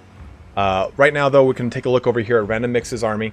He's going to have some Skaven slaves in the very front line, creating that nice, good layer cake of Skaven. Secondary line of Clan Rats to be expected. Supporting line of Warp Grinders with Natty Bubo's Sharpshooters, which have both stock and snipe. And then we're going to get the Poison Wind Mortars here, reinforced with Ixa's Triads, which can duplicate themselves. as well as some Council Guard, which are going to be giving that Guardian passive to their Gracier of Plague, actually. 2 supporting units, even more of the Rat Ogres, and of course, let's just get a nice, let's get a good. The forces are underway, getting a little bit of lag. I love that bell. So let's see how this plays out here. We do have some gutter runners with poison, looking to just kind of chuck their ninja stars down range, doing some Ninja Turtles action going down, some foot soldiers going nuts all over the place. Foot Clan, I'm sorry, it's Foot Clan. The Natty Bubo's already getting some shots down here onto Marathi. Imperator already doing some juking action, going left, right, doing a pattern downfield, trying to show him that he's not afraid. And he's got his nice little cavalry force over here on the right. And he's going to be moving his force up over the ridge here. Probably line up, push into those Skaven.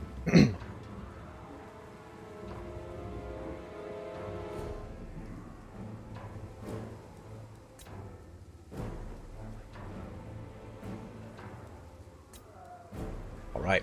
I was just checking chat real quick because the Imperator was saying he is lagging. So both Randommix and myself were saying, hey, if you drop, no big deal.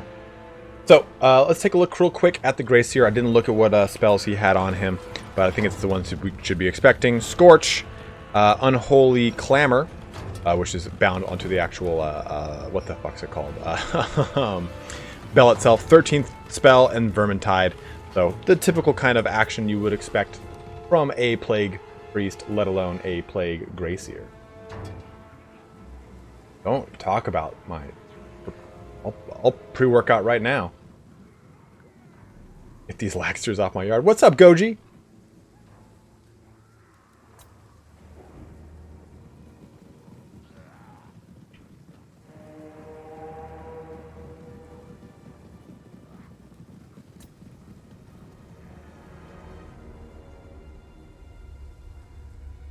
Oof.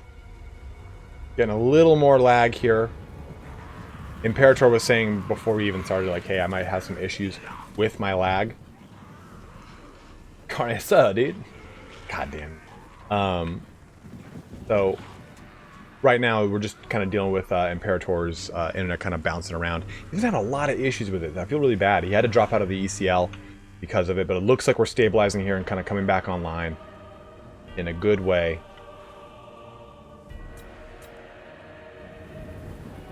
Army kind of sizing up, getting ready to push over the ridge here as the lag clears up, and we're good to go.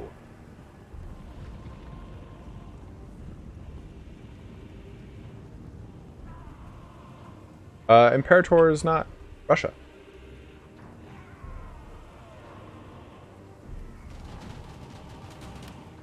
Nadu Bow's getting some good shots here into... Ooh, the Snatches Harvesters a little bit. Ooh!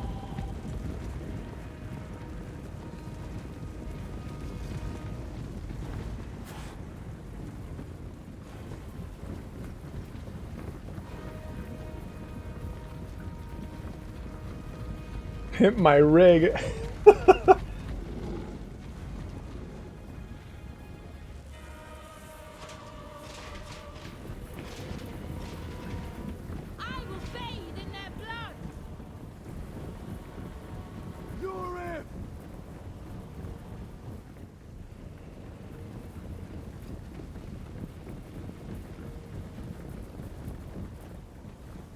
What factions are currently fighting? Well, we're seeing the Dark Elves Eldar, versus the Skaven right now.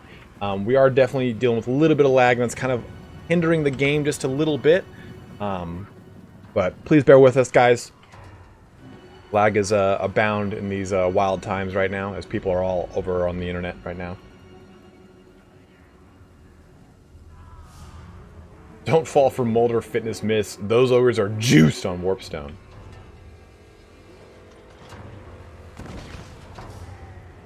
We're already starting to see some Skaven mortars shooting over here. And remember, Skaven mortars are going to be doing that persistent damage because of the damage over time and the initial blast from the mortar itself. So it should be a very interesting fight against a very kind of lightly armored core of this front line, right? These guys all only have 5 armor. So they do, of course, have their dodge mechanic from tabletop factored into this. Dodge gave them a 5-up ward save in tabletop, so they get physical resistance added into their profile, which is a really cool nod, I think, that Creative Assembly did for that dodge mechanic. We're getting some good charging over here, though. Pushing over across the left flank. EVGA's Triads trying to jump into these Slaanesh Harvesters, which just push out of that fight. Morathi and the Feral Manticores jumping around over here, and this has really forced Bilbo to react heavily over to this left flank. He's having to bring over his Council Guard. He's got Clan Dots with Spears over here. He's bringing over his Rat Ogres, trying to really react to this in a really good way. Natty Boo's getting some shots onto this Feral Manticore, and we can also see that these Witch Elves are jumping in and rampaging these Skaven Slaves, which is unfortunate because it's not an awesome target for them, but we also get to see these Sisters of Slaughter getting eaten up by the might of those mortars. A summon down over here of a Feral Manticore jumping right onto Natty Boo's, trying to shut down that element, and I don't think that Bilbo sees this. I mean, I barely even saw it. So, uh-oh. The Quake has happened. Seismic Snare and Warp Cake, locking the Cold One Knights in place here and doing tons of damage progressively over time to the Sisters of Slaughter. This is going to be just doing more and more damage. It's going to slow them down as they try to get out of this as well.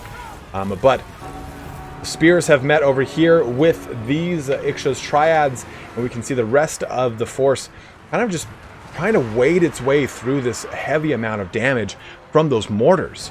Man. Feral Manticore jumping over here onto these Poison Wind mortars.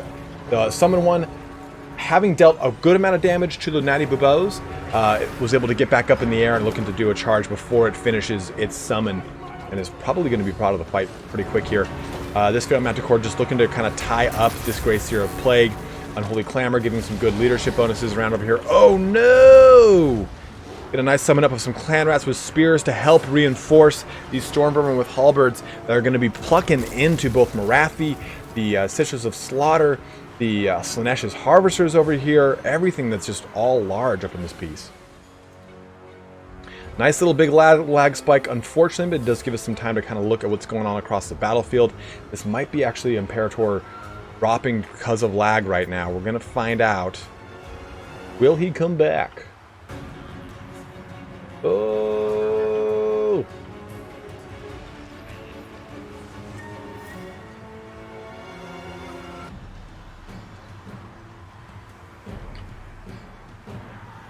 The Rat Tattooey Squad fighting against the Dark Elves. Yeah,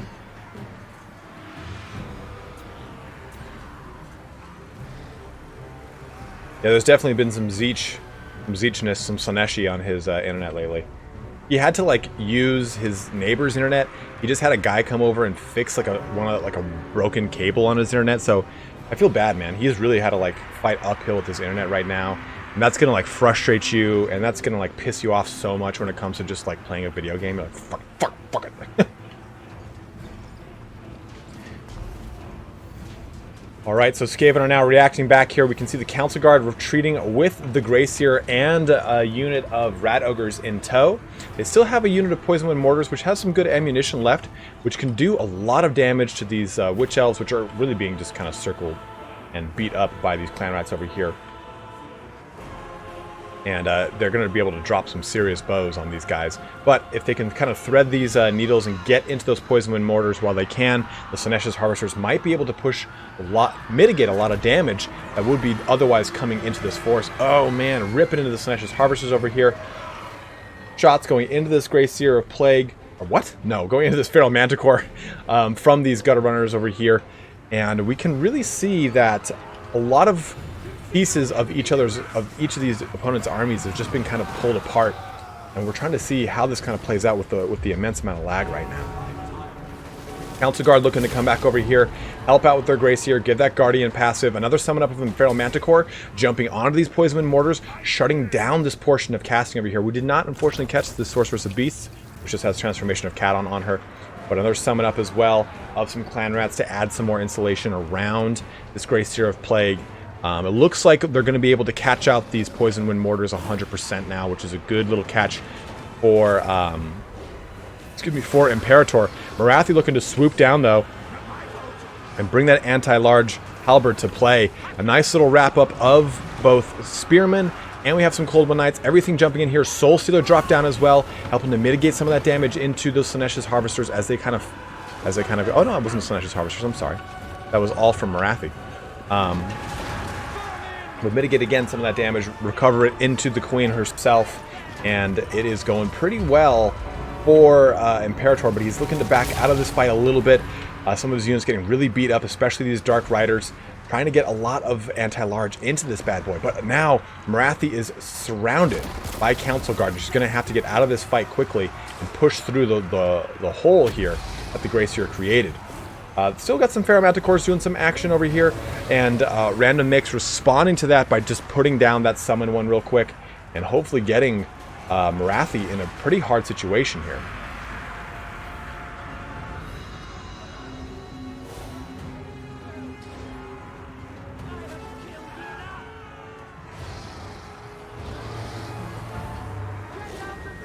Manticore is going to just focused down by them Night Runners again, bringing it down. I think it's yeah, routing right now. It is shattered. Morathi back up in the air, 50% health on her. Got another Phalanx Manticore coming. Those Manticores have just been like flies the whole time, like all over the place, just dive bombing into everything. Now, unfortunately, I don't think we see any really big, strong staying units for the Dark Elves. They don't have anything to really kind of threaten into all this action. There's a nice, big, huge portion of Council Guard, which is still in pretty good health right now. And I think that, unfortunately, for Imperator, this is going to be a hard-fought fight. The balanced power bar is pretty well in the favor of the Skaven. Randommix is keeping the Gracier and the Council Guard together, keeping that Guardian passive locked onto them. You can see that these Storm Vermin are locked into this fight with, or I'm sorry, the Ixos Triads over here, with the Sorceress of Beasts, looking to shut down the other casting portion of the Dark Elves here. Woo!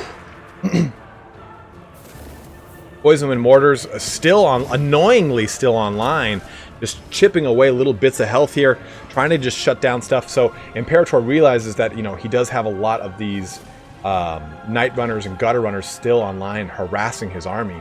He's trying to just shut down whatever he can. What I think really helped out here for Randommix is the multiple layers. Like, if we kind of survey the battlefield here, right? We talk a lot about dwarfs, we talk a lot about Skaven, and what's really the big advantage of them is having these multiple layers of insulation.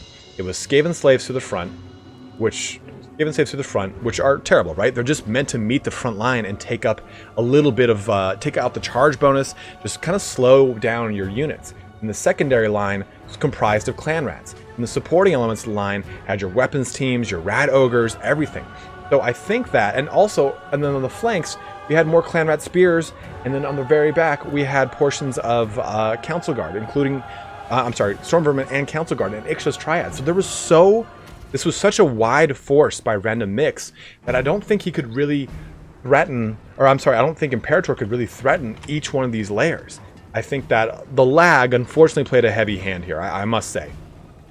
But I think that the Sisters of Slaughter were dead before even dealing with the Skaven slaves. And because of that, it really took out a lot of, I mean, that's 2,400 points, so the 1,200 each, right? Ate up that much value out of the army. And even though Imperator was able to get up like 3 rotating Phalanx Manticores at any one time, the Manticores couldn't really do the job of the rest of the army, because the rest of the army couldn't stay online long enough to threaten back against the Skaven. And I think that ultimately what did it for Imperator was he was just unfortunately outgunned. Had he maybe taken some Dark Riders or with repeater crossbows, he might have been able to just at least threaten the mortars from range, and they would have been harder to catch. But there were Gutter Runners, there were Night Runners, they did have poison. They could have really slowed those things down and made it a little bit easier to catch. So I think that unfortunately, Imperator just was fighting an uphill battle from the start of this one. Lag included, of course. But I think that because of those layers and because of the high amount of damage those poison and mortars can do, it just really hamstrung him. He was fighting a constant war all over this battlefield, where he had to used his Feral Manticores jumping all over the place and couldn't concertedly effort, or use them as a concerted effort to take anything out. Bounce power bar shifting a little bit back towards the favor of the Dark Eldar, or Dark Elves. Why do I keep on calling them Dark Eldar?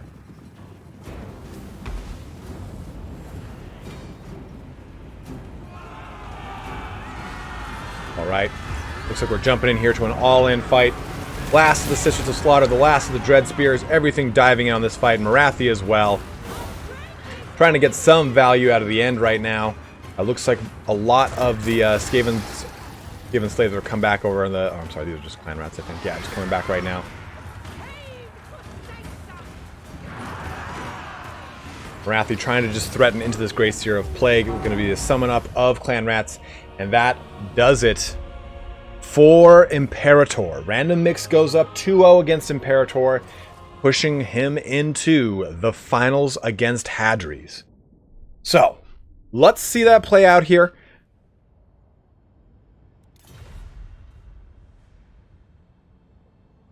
Right. Let me get Hadres involved in this little bitty. Get it going.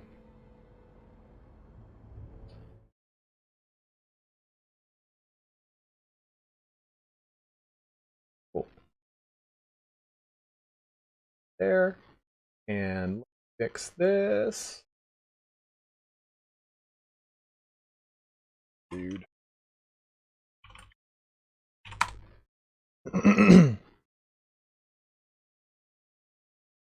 me just fix up some stuff up here, guys. We'll get everyone in for our grand final. Give me just a bit.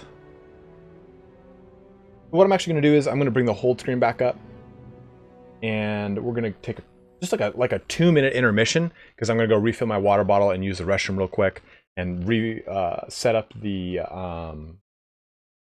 scoreboard and everything. So give me just a second, and we'll be back in like 2 minutes here, guys.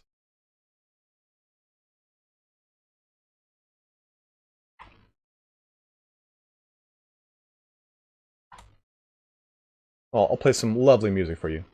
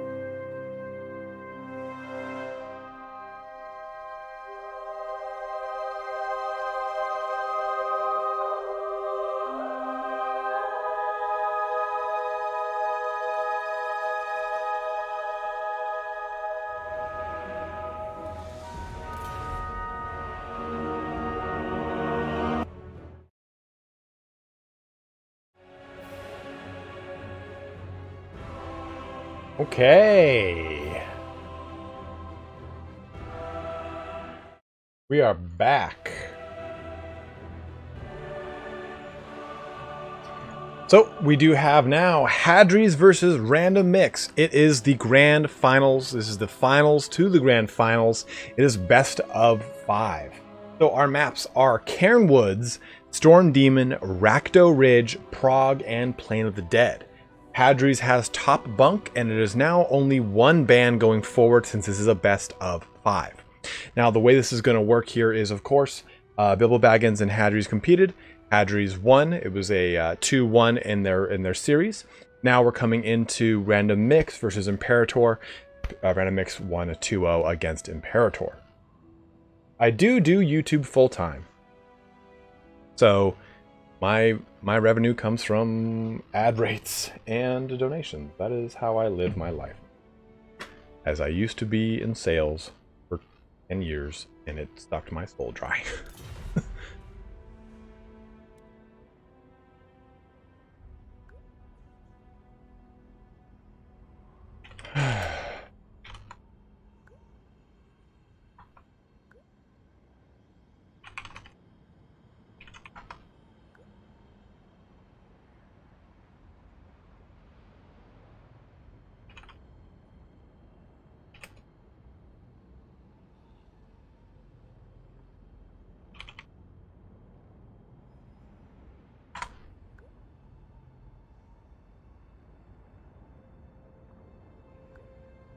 Quickest sub in the West.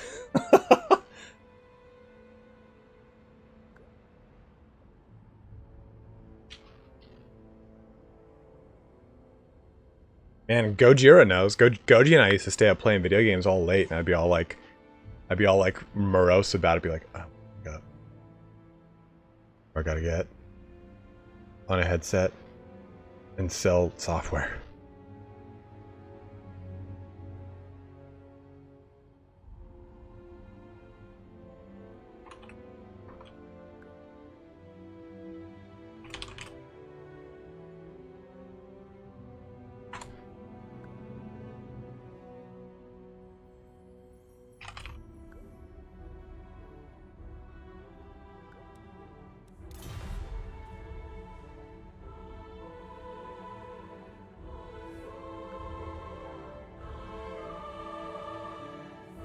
Hey, Crisps is here.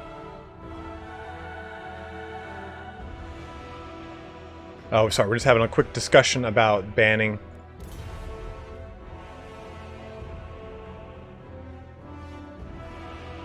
Alright, so it looks like we're going to actually be doing the original method. So we're going to do double bans up to round 3. Then everything after round 3 is single ban.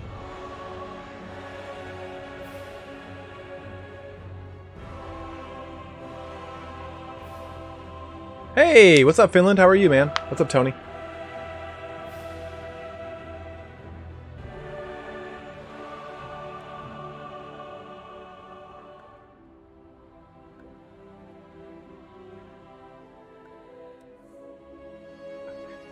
Okay, so it looks like Hadres is choosing the greenskins, and he's banning the Tomb Kings and the Wood Elves, and Randommix is going to be choosing... No, the stream's not over at all. Bacon is life. The finals just got started.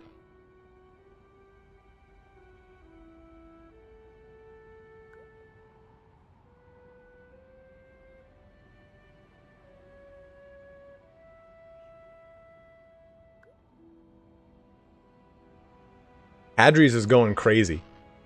He's singing in the chat. He's lost it. Lost his fucking marbles.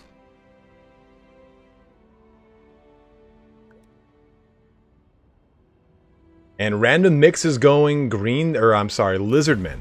So Hadres is greenskins on Randommix's Lizardmen. So this should be a pretty interesting little ditty here. I'm excited to see how this one plays out. We have a lot of monstrous fear and terror-causing creatures with the Lizardmen. But at the same time, you have access to so many things with the greenskins, right? You have such crazy amounts of cav. You have a ton of skirmish cav. You have chariots. You've got Arachnarok spiders. So this should be a very interesting response to the Lizardmen play here. I'm excited to see this one. I haven't seen Greenskins played in a long time on one of these competitions, so I'm excited to see this. Imperator's internet was working, but his last game, it really dropped out hard on him, unfortunately.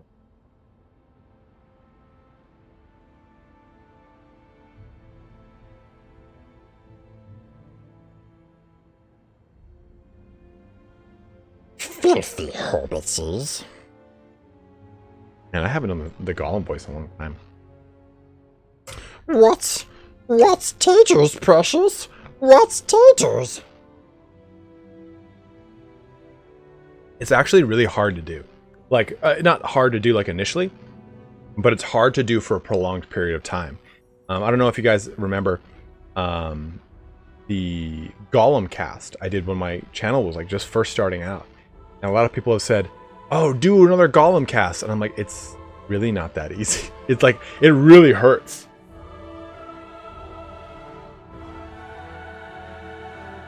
Like, it's easy to do for like one quick little phrase or so. Like, you can just say whatever you want. Like, it doesn't need to be an actual quote. Like, yeah, it really does stress the vocal muscles for sure. Because I'm basically like constricting my voice the whole time I do it. You keep nasty chips. Gollum juice? What's Gollum juice, precious? Is it filled with fishes? Borg Cube, I was quoting a movie. For a newcomer to what have you had, Brethan? I don't know what your name is because I can't speak Cyrillic. But for a newcomer to the Warhammer multiplayer, yet a veteran to campaign, what would you recommend as a starting race? Or should I play as the one I like? I'd say play as the one you like most, to be honest, dude. Play as the one you like the most and lose a bunch with it. You'll learn faster that way than me forcing you to say, oh, play this faction.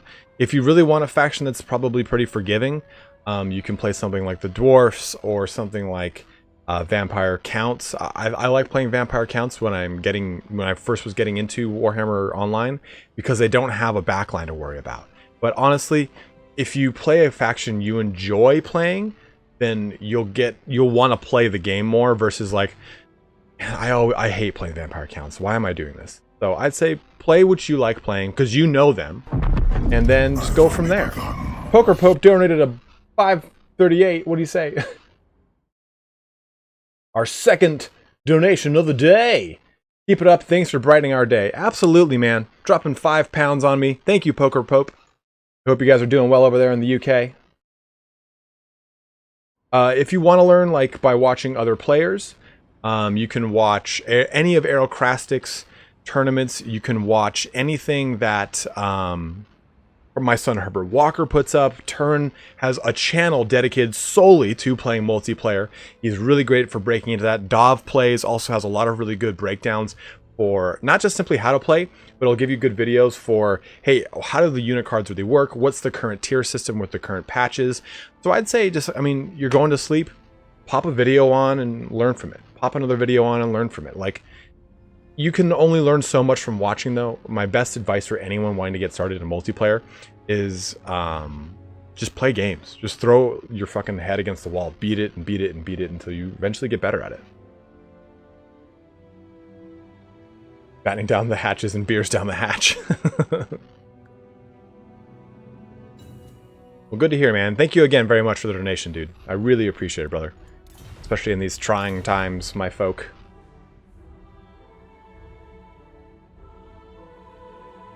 Kelgar Ironfist, did you say do a Gothmog impersonation?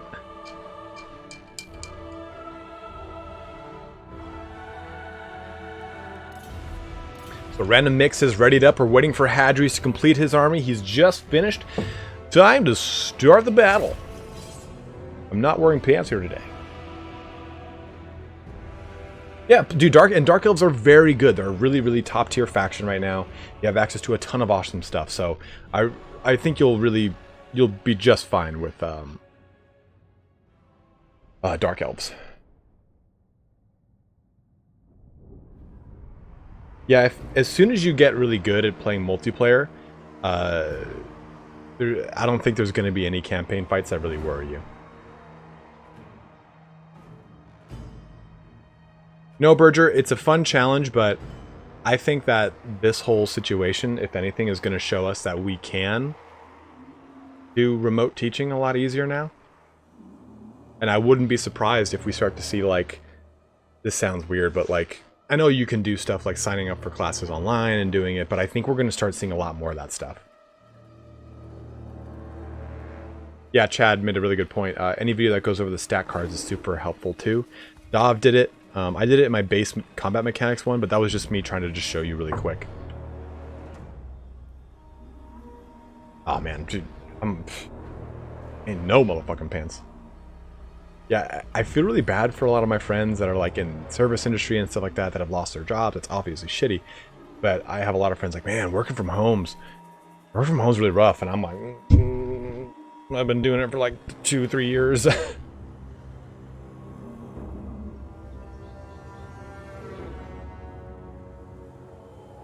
All right, let's jump on in here. We're good to go. Let's take a look at our forces. So as far as Randommix's fun, awesome build for Lizardmen, we're going to be seeing some Chameleon Skinks in the front line, supporting with some Cold One Spearriders on both flanks, followed by units of Temple Guards on both flanks as well in the back line, and the cohort of Sotek with their fight till you fight some more ability. We're going to see also one unit? Yeah, just one unit of the Salamanders. Now, this is the Umbral Tide, which have stock, so they're hidden right now. 2 units of Feral Bastiladons, which are going to be very strong, I believe, against the Greenskins. Now, we're also going to be seeing big Krokgar with the Hand of the Gods. Skink Priest of Beasts with Transformation of Caton and Flock of Doom, which will be good against a nice lightly armored front line. Now, for Hadres, this is, again, guys, a best of 5. This is our first match of the Grand Finals. We're going to see it kicking off here. We're going to see some Doomdiver Catapult action, followed by 2 Doomdiver Catapults with a nice little back reserve of Black Orcs, followed by another Black Orc unit here. As far as this goes, though, we do have the Rusty Errors. The Rusty Errors are going to be supported by 2 units of Savage Orc Auror Boys. These guys are going to be really great in melee combat, on top of being, of course, a ranged unit. They've got Frenzy, they've got Immune to Psychology. Strong choice. Now, across the front line, we're going to see some Goblins, Savage Orc Biguns, which are going to bring some anti-large Frenzy and physical resistance, as well as some skirmisher play here with the 8 peak loonies, some fanatics. Oh, a Vindictive Glare back. Oh, so look at this. It looks like the Vindictive Glare actually nailed Krokgar a little bit, and the Hand of the Gods really nailed Wurzog. Did a chunk of damage to him. So a nice little exchange of shots down line. I really like that. That was pretty sick. We can already see, though, those Doomdiver Catapults making short work of these Cold One Spear Riders in conjunction with the Moghrub's Mangy Marauders there. The Chameleon Skinks slowing them down by poisoning down range as well. And we can see the Lizardmen are moving in on the Green Tide. The Rusty Error is trying to pick off the Krokgar a little bit there. He pulls out of that engagement, doesn't want to get too focused down. Savage Orc Auror Boys pushing into those Chameleon Skinks as well, doing some good damage into them. Oh, man. Well, I did not mention, too, that we do have a Goblin Big Boss over there, and these Goblin Spear Riders have just gotten a nice, good location over there. They're pretty much going to be unopposed in a flanking charge either direction. They do have some Black Orcs that are going to help insulate that charge. We're going to see how it progresses over here. The big fight's going down over there, though. You can see these Star Chamber Guardians and these Goblin Fanatics just getting right into each other. Feral Bastiladon just pounding them down. Oh, yeah. Things are going all over the place over there. Ooh, nice EVGA to get. Locking down these Cold One Spear Riders last minute so that we can get some Black Orc supporting AP damage into these guys. What am I doing? What buttons am I pressing anymore? But Refuse to Die has gone off now on the cohort of Sotek. They're just going to be wading through this front line of Goblins. Very, very good tactic right there, just to kind of push through them and get a good, nice charge off. Now, the Star Chamber Guardians are squaring off against the Savage Orc Big Guns, who do have their anti-large and their Frenzy, but a Wog has gone off across the battlefield here too. The Doomdiver Catapults, though, are pretty unopposed in their damage right now. They're going to be able to take out chunks and chunks of these Star Chamber Guardians, as you can see them just getting ripped down by these Savage Orcs right now, and those Doomdiver Catapults. Hand of the Gods Boom! Smashing into Wurzog, knocking him off of his pig and killing the leadership of the Greenskins right now. No, it's going to be down to just wading through these forces of Greenskins. Flock of Doom over here ripping into these Savage Orc boys. They are lightly armored. They do have physical resistance, but it's going to counter that pretty well. Both units of the Feral Bastillodon and the Manticore are in this going hard, and you can see that the Savage Orc boys are just starting to pick off this other Feral Bastillodon. Then you can see Krokar jumping into this. He is going to be hit by the Goblin Big Boss in the rear, but he's going to have some Temple Guard to help support him. Communion's King slowing down these Black Orcs, and a nice little charge out from these Cold One Spear Riders, looking to finally put an end to these Doomdiver catapults in conjunction with the Cohort of Sotek. 17 kills on this one and 20 on this, so 37 kills between both of them, mainly chunking into the Star Chamber Guardian, which I think is a really good choice. The Star Chamber Guardians are a very strong unit, some of the best halberd units in the entire game, and they have Guardian on them, so that's going to help them kind of what was I going to say? The Guardian gives 15% physical resistance passive. I had lost my train of thought when I saw this charge over here. But getting this anti-large in, or I'm sorry, these AP attacks into the Black Orcs. You've got the Temple Guard putting their halberds to the Greenskins, and it looks like Hadres is up against the wall now against Randommix. Randommix has used a lot of really good tactics here. I think Krokar's Hand of the Gods booming into Wurzog twice and then ending him on his disgusting pig mount has really done wonders for him. In addition to, the Command Skinks were able to slow down those Black Orcs, helping them not get in a fight, as well as using it against the Mangy Marauders, not allow them to get a lot of really good skirmish play and have unmitigated shots into their army. But man, that Hand of the Gods play was, I think, really clutch in getting a really good high-value kill. EVGA to get, and was able to be used by the Greenskins, of course, but it was prevented any further casting or any other effigies or any other WAs to go off. I think that was a really awesome little pick out right there. Cold and Spear Riders finishing off these rusty errors here, jumping right into them, trying to shut down that Goblin firing line. We do see some more Black Orcs trying to jump onto Big Daddy Krokgar here, but he doesn't care. He's going right for those rusty errors. And there's plenty of support with Temple Guard and the Cohort of Sotek. The balance of power bar shifting pretty wildly in favor of Randommix against Hadres in our first fight of the finals to the grand finals of the second season of the Warpstone Cup. Woo! That was a pretty intense first fight. It went off. I think Hadres' build was really strong. I really liked it. I liked the play of the Savage Orc Big Guns. I liked the play of the Savage Orc R-Boys supporting the Goblin firing, the Goblin Rusty R's. And the Doomdiver Catapults, I thought were doing very well at picking apart the scarier portions of the Lizardmen.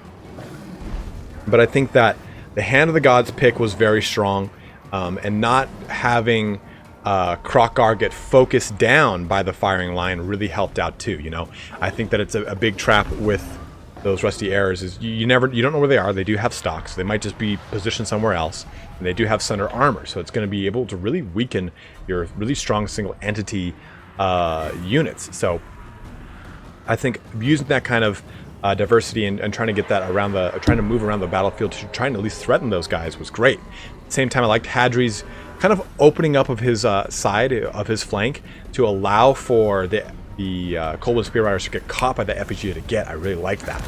But this fight is still not over yet. Although the balance of power bar is firmly in the favor of the Lizardmen, it is still not over. There are still some elements coming back online over here. We've got the Savage Orc R boys shooting into Krokgar, doing some good damage to him. He does have Saber spawning of Zottel here, giving him 22% physical resistance as he just wades into these Savage Orc R boys, bucking about wildly, getting that tail slap in there too. Look at my glowing pimp hand. He's saying, "No, Jay-Z, I don't care about your saran-wrapped green suit. I got a pimp hand." Freaking tic-tac-toe, bad in every way. Man, let's take a look here. Great first play here, coming into our second one. I'm gonna switch our map over to Storm Demon.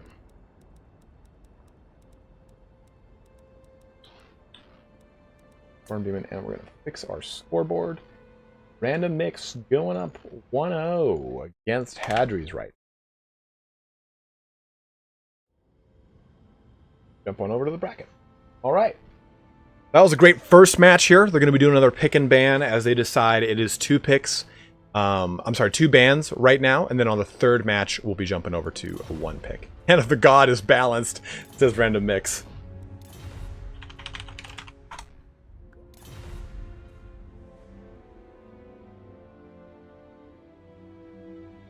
Give Grimgor a Borgor.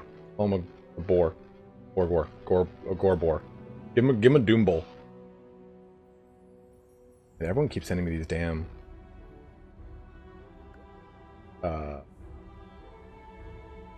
push-up challenges. And then I see people doing it and I'm like, I think the one thing that this virus has exposed is how very few people know how to do push-ups and pull-ups.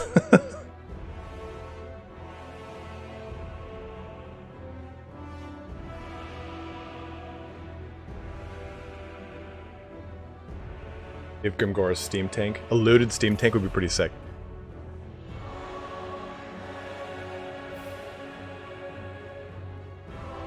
Oh.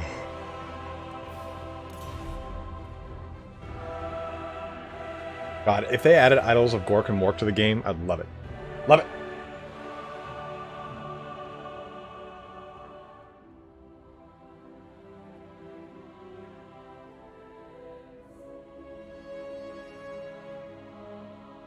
Romulan Dog checking in. An old school favorite. They're just doing their picks and bans before selecting. Got 230 of you guys checking in here today. Thank you all very much for watching right now. I know we're all kind of holed up in home, so hopefully this gives you guys some entertainment. Randommix is going to be going Empire.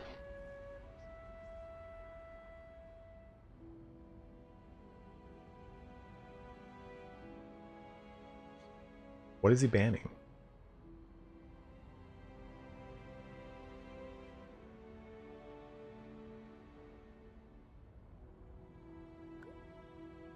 And he's going to be banning the Dawi and the Dark Elves, which I think are a really good choice here, especially those Dark Elves.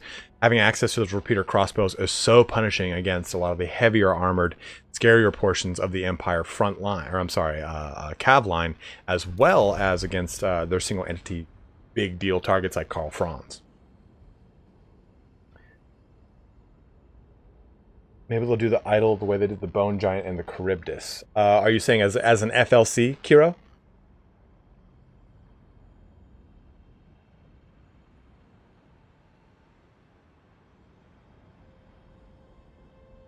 Elves are lame. What the fuck, Bannery? I'm hard up for some skins.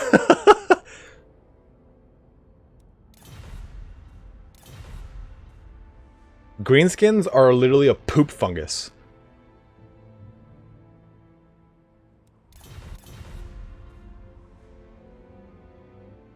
It's okay. You cannot like the high elves. I'll allow it. I don't like you, but I'll allow it.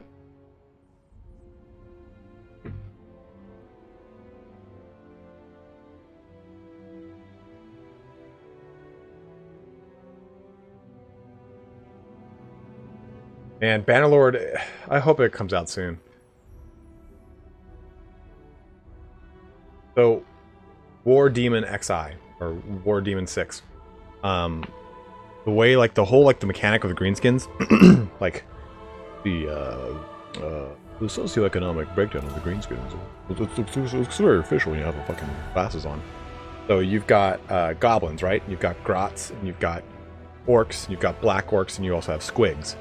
So, comes out on the 31st of this month. Early access? Yeah, early access. Yeah. Okay, early access, I'm cool. I'll do that. I will definitely jump on Bannerlords. So Hadres is going Bretonia. So,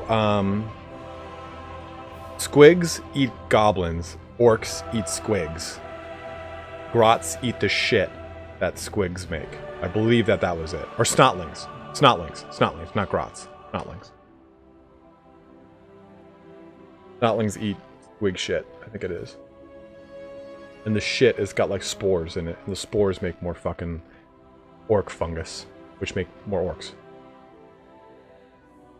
White lions should be elite. Well, they're technically elite.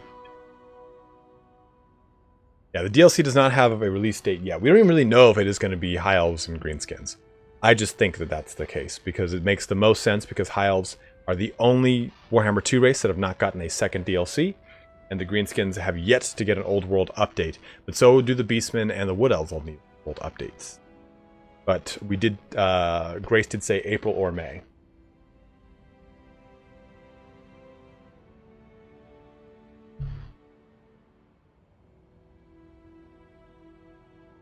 So, Hadres is going to be playing Bretonnia versus Randommix's Empire. So, a war of the humans.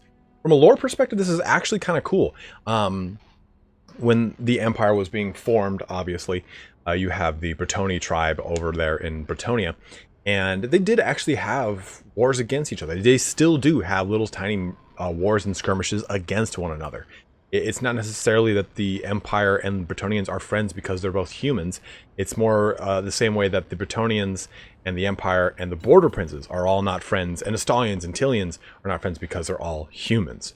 They're not necessarily innately allied, but they do often ally to each other's cause when threatened. Wars or incursions of chaos sometimes bring Bretonnians on an errantry crusade. We talk about stuff like the Great Crusade is an errantry war and a crusade from the Empire down into Araby to defeat Jafar. Yeah, that's right. His name's Jafar in the lore, and that's dumb.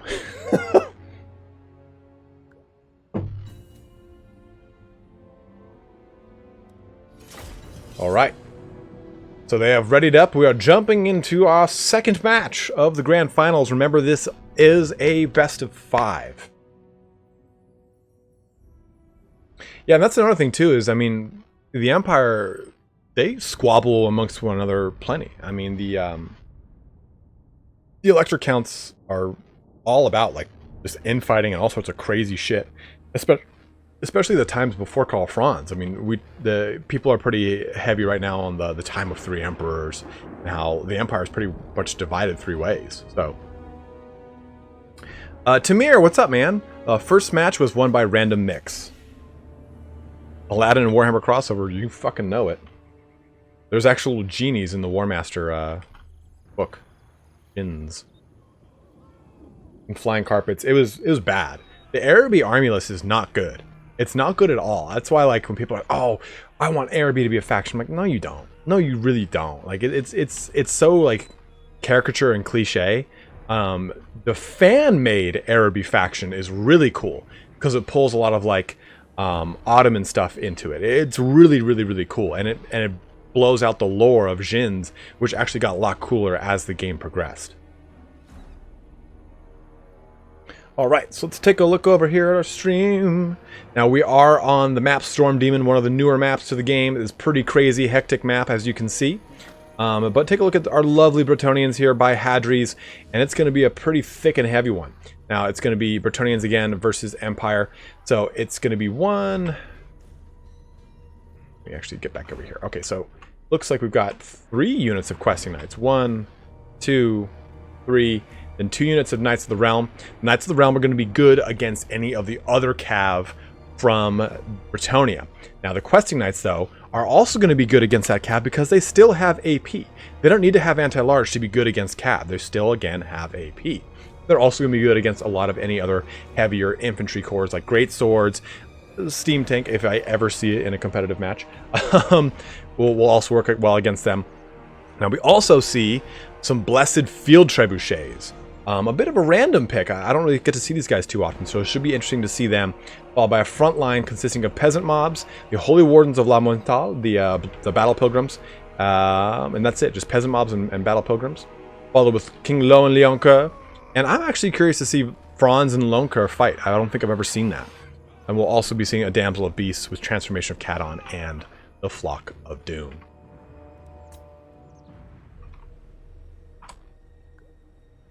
All right, so Randommix is using the bathroom real quick, so that gives me time to talk about his army. Oh, my back.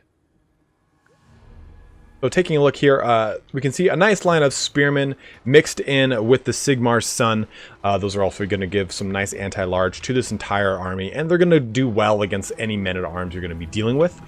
We can also see some Pistoliers on the backs, and then the far flanks, even more Pistoliers from the Empire force. A steam tank!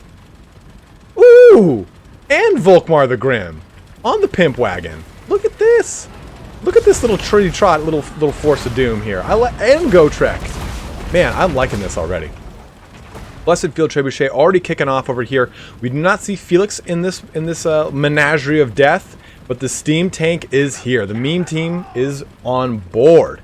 We see both Volkmar the Grim and the steam tank going ham on things. Blessed Field Trebuchets, are pretty much uncontested right now, but the Pistoliers are going to be able to get up in that face. Things do a lot of good little AP damage. Or, I had AP damage. I guess I'm wrong. I'm thinking of Outriders. But we're going to be able to see that kind of play out here. It's forcing these Questing Knights kind of out of the fight, kind of pushing them away from this the majority of the engagement. Going right back onto them. Kind of just plodding the course. You can see them just taking lots of damage here. Look at it just mulching through these guys. The steam tank is punching into them too. Woo! No, Volkmar is still pretty decent. He's a pretty decent bro, you know. Volkmar's been great in a lot of different matchups. Oh, we also see a Wizard of Life, or Jade Wizard. The nice thing about his wagon is, again, it's a chariot, so it's going to give him anti-infantry to just charge through a lot of this crap.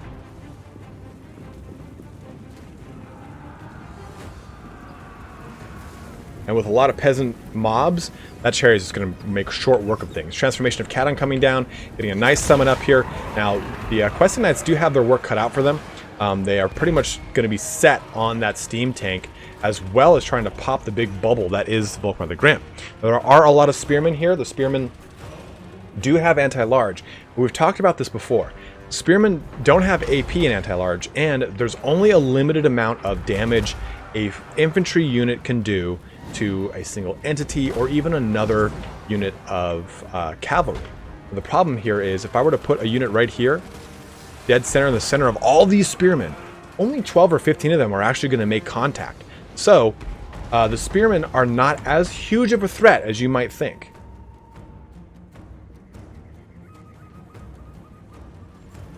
Especially if they're caught unbraced or anything like that. The Blessed Field Trebuchets are really making short work of pretty much a lot of this infantry line. The Pistoliers were able to do a ton of damage, though, to this one unit of Questing Knights. This unbraced unit of Spearmen, though, is going to take this charge right in the face of those Questing Knights. More Blessed Field Trebuchets just pouring down range on his stuff. A nice little attack right in here. You see Lowen the Younker jumping down. The Feral Manticore going right for the steam tank. Trying to just shut down the artillery portion of this. Yes, halberds are definitely better than spearmen because they have anti-large and AP. Lowen going right for the Jade Wizard. A good call there, trying to shut down the casting portion of this army. Now, Gotrek here does have anti-large as well. That's going to allow him to do a lot of damage to Lowen if these two are able to just get right up on him. My Vulcan God. Oof. Big shots in here onto the Spearman unit. You can see Moisenthal jumping in. Nice charge in here. 2 from these Knights of the Realm. This might be good because it's going to be able to wrap up this situation down here, giving Lowen Leonkar the chance to come right down over here for the Jade Wizard. Jade Wizard is buckled down between 2 units of Questing Knight. Lowen jumping down here as well. He's going to have to use a regrowth on himself to try and mitigate this damage, it looks like. Oh no! A Banishment jumping down from Volkmar himself, ripping into those Questing Knights. And then going back onto himself, that's not too big of a deal. Pushes right through it. Volkmar going right into stuff. Getting a little bit of a heal down onto that steam tank earlier. The Sword of Corone. Dropping that melee defense and that armor on everything in the radius around him. The Jade Wizard made it out of this fight. Or did he just get... No, he got pretty beat up, but looks to be okay.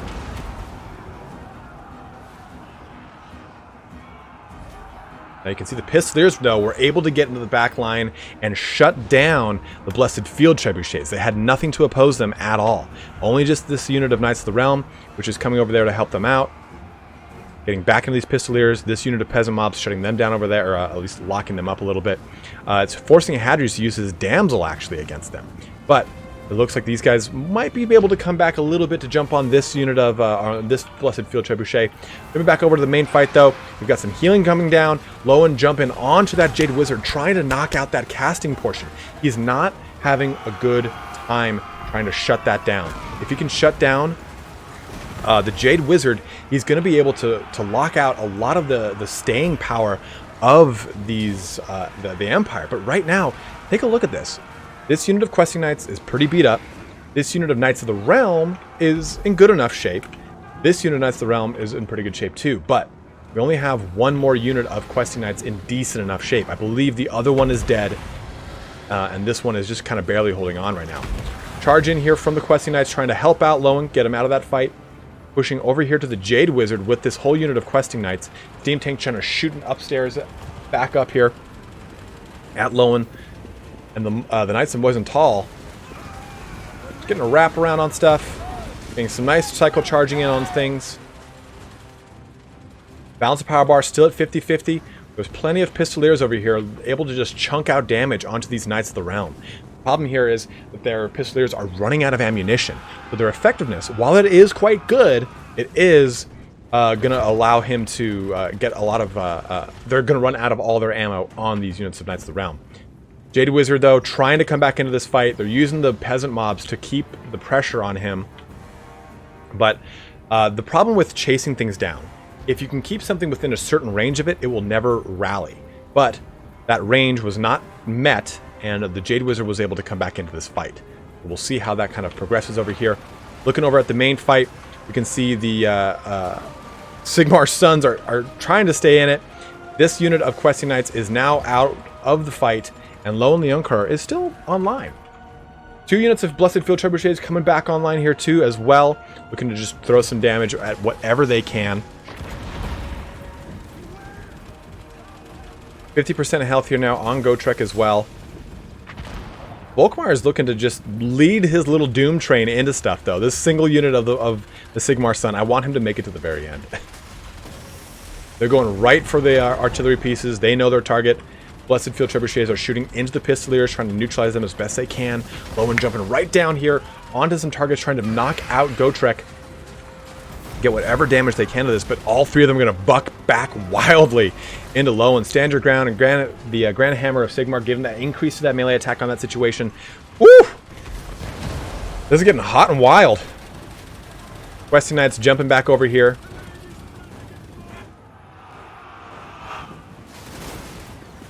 Oof.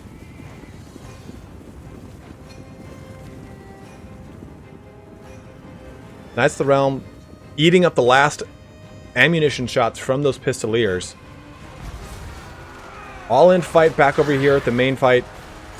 Going down. What do we get here? Battle Prayer and Grand Hammer Signar and Banishment. And Hadres able to chase that banishment, or run away from that banishment just in time. Didn't get a chance to really focus him down. Now the big thing here is, I mean, Volkmar is still in great health. And if they really can't do anything against...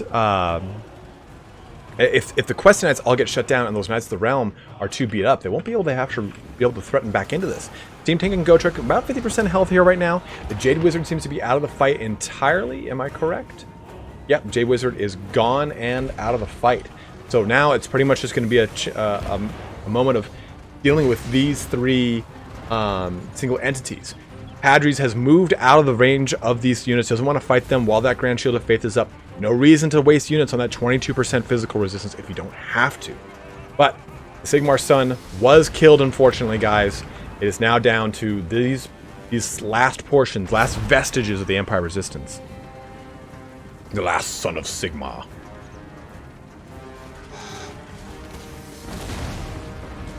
Good Lowen. Caked in blood.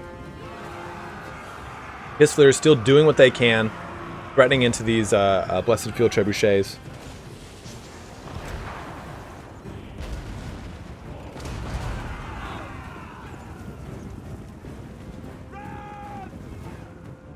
Basically right now, Hadres is trying to clear the battlefield, make it so that it's pretty much just these entities left. If you can do that, he won't even need to actually kill them 100%. He'll just need to bring the balanced power bar sufficiently to one direction to help make it so that he can win.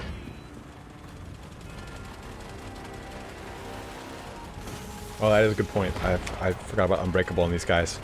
All three of them are all unbreakable. All right. Charge is going down here. We do have the Sword of Corone coming down. The Grand Hammer of Sigmar responding to that, increasing that melee attack. We do have Stand Your Ground Atlanta as well, and Foe Seeker. Lion Shield helping out. Ooh, and then the peppering shotgun blast down from Volkmar the Grim. Everything's invested in this final fight. Everything is jumping in, all balls to the wall. We got a Flock of Doom coming down just to add any kind of damage that it can. Then we have separated Gorak almost, Gotrek from the majority of this fight. The Steam Tank is in low health right now, but we've separated one unit. Lowen's back on this one. They're trying to just take out Gotrek right now, finish him, deal with one of these single entities at a time. You can still see that the artillery, Jesus, cav portions have just ran away from the fight, just said, hey, I'm not going to deal with this. We'll chase off these Pistoliers, and they're coming back to try and finish the job here. But man, that charge was actually met pretty well by Randommix. He stayed in it. He didn't panic too crazy here, and he actually used his abilities pretty succinctly to keep a lot of damage mitigated. At the same time, I mean, Gotrek's going to fall right here probably pretty soon, and then we'll probably see the Steam Tank shortly after that. But Volkmar is still in good health, and he's doing a lot of good damage.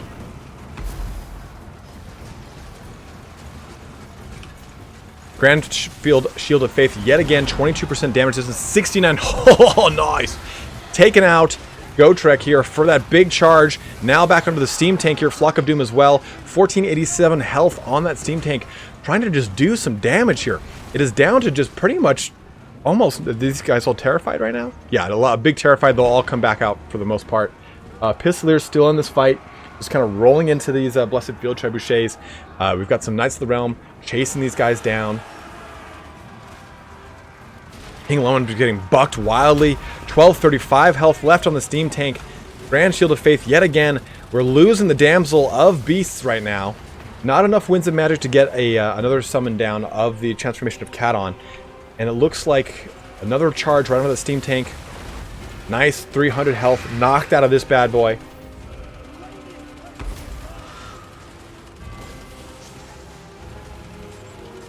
If he can just get these Knights back online and charging into stuff, it'll help him out a ton. But he's doing a nice, good amount of cycle charging.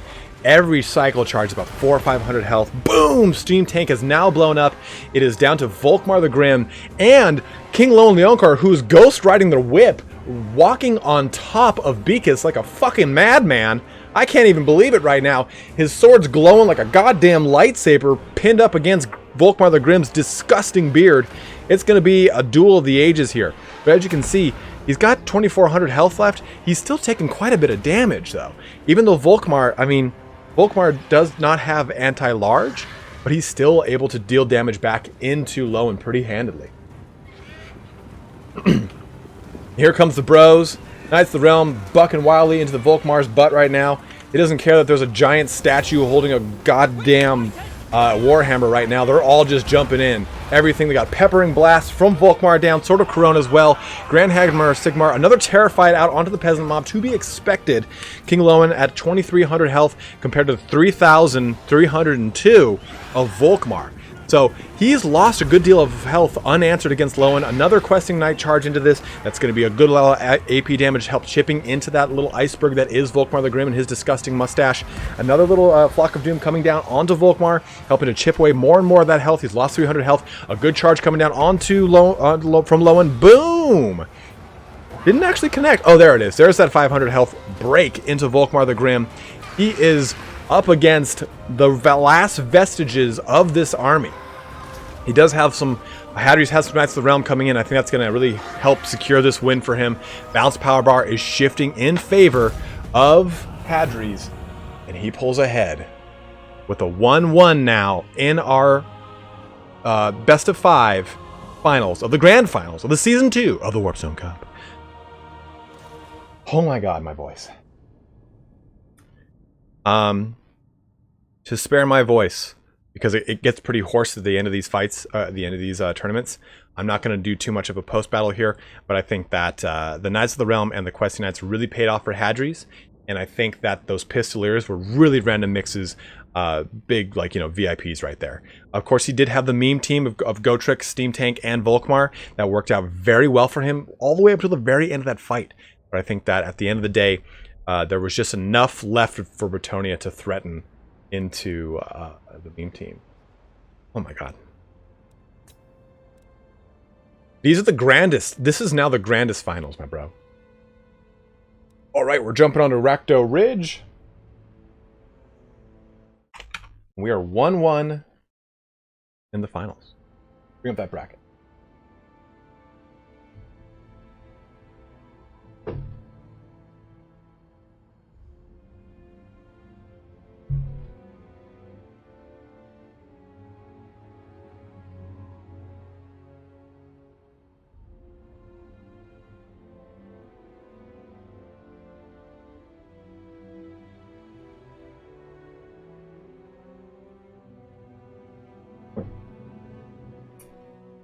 I'm just holding off from speaking for a little bit. Trying to like let my voice kind of recover from that. They haven't done any picks and bans or anything, so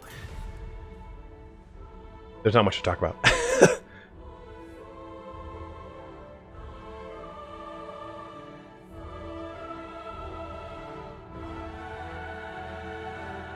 was a great second game. That was a great second game.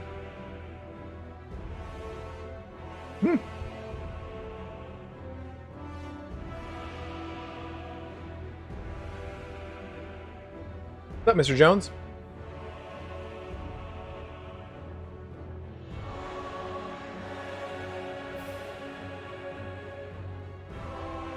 Ooh. Looks like Hadres is moving over to Tomb King.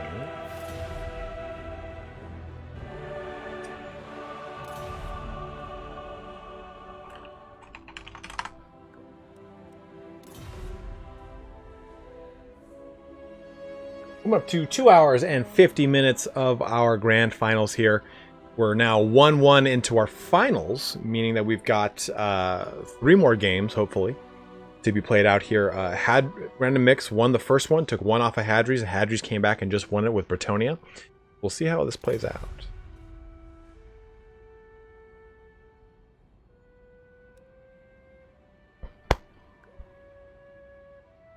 Okay. So Hadres is going to go Tomb Kings, and he's going to ban Chaos. Now, that's actually a pretty good situation here, because Chaos does... I mean, what's his name? God. Kolek is really strong in that matchup. Chosen are very strong in the matchup. The Horsemasters can really wreck house. So there's a lot of really strong things you can do with Chaos against Tomb Kings.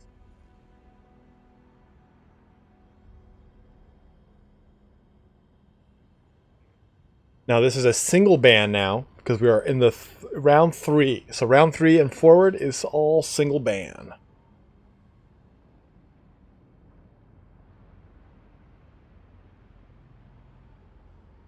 Man, I have been sleeping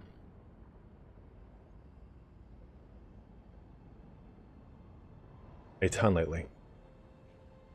And it's actually been nice. Like, I don't have to wake up and like worry about like going to the gym and do all these things. I'm like, man, I'll just wake up, do my stuff, work out downstairs. Most powerful bald character in lore. Turn dropping a $2 bomb on me. Thank you, brother. Most powerful bald character in the lore. I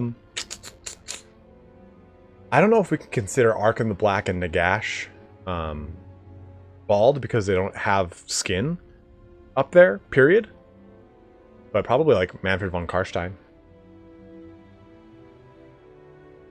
Italian Spartacus by far. Yeah, I think Manfred wins, just because Manfred's fucked up so many machinations of... I hate to tell you, Andrew, Volkmar got gibbed in the opening pages of the End Times. So, Volkmar's body is essentially the host for Nagash. The ultimate host.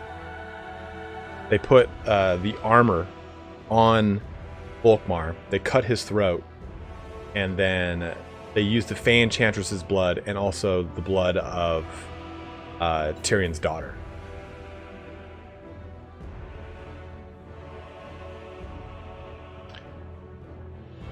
Yeah, he definitely is probably bald. But I'll say that Malekith compared to Manfred von Karstein, as far as like, maybe, are we talking about like power level or what they've ultimately done in like the lore and everything? Because, oh, that's right, they had to cut his hand off too. I forgot about that.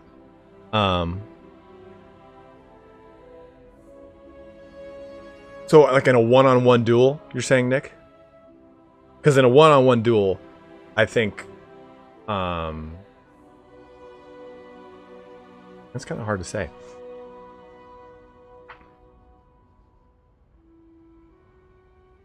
Because, I mean, Manfred von Karstein is, of course, a really old vampire, right? But there's not a whole bunch of stories of how Manfred von Karstein is this amazing, super, super strong caster, or an amazing duelist. Whereas we do hear about that with Malekith. We hear more about Manfred von Karstein being able to pull the strings better than any other vampire, really. Which is unfortunate, because he's a fucking asshole.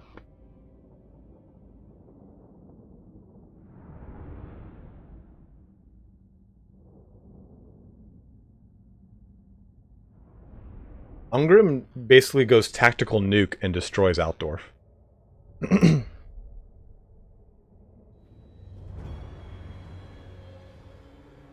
I mean, Manfred von Karstein never, like, enthralled a greater demon prince to his will, so I'll give it to Malekith versus Manfred von Karstein, I'd say.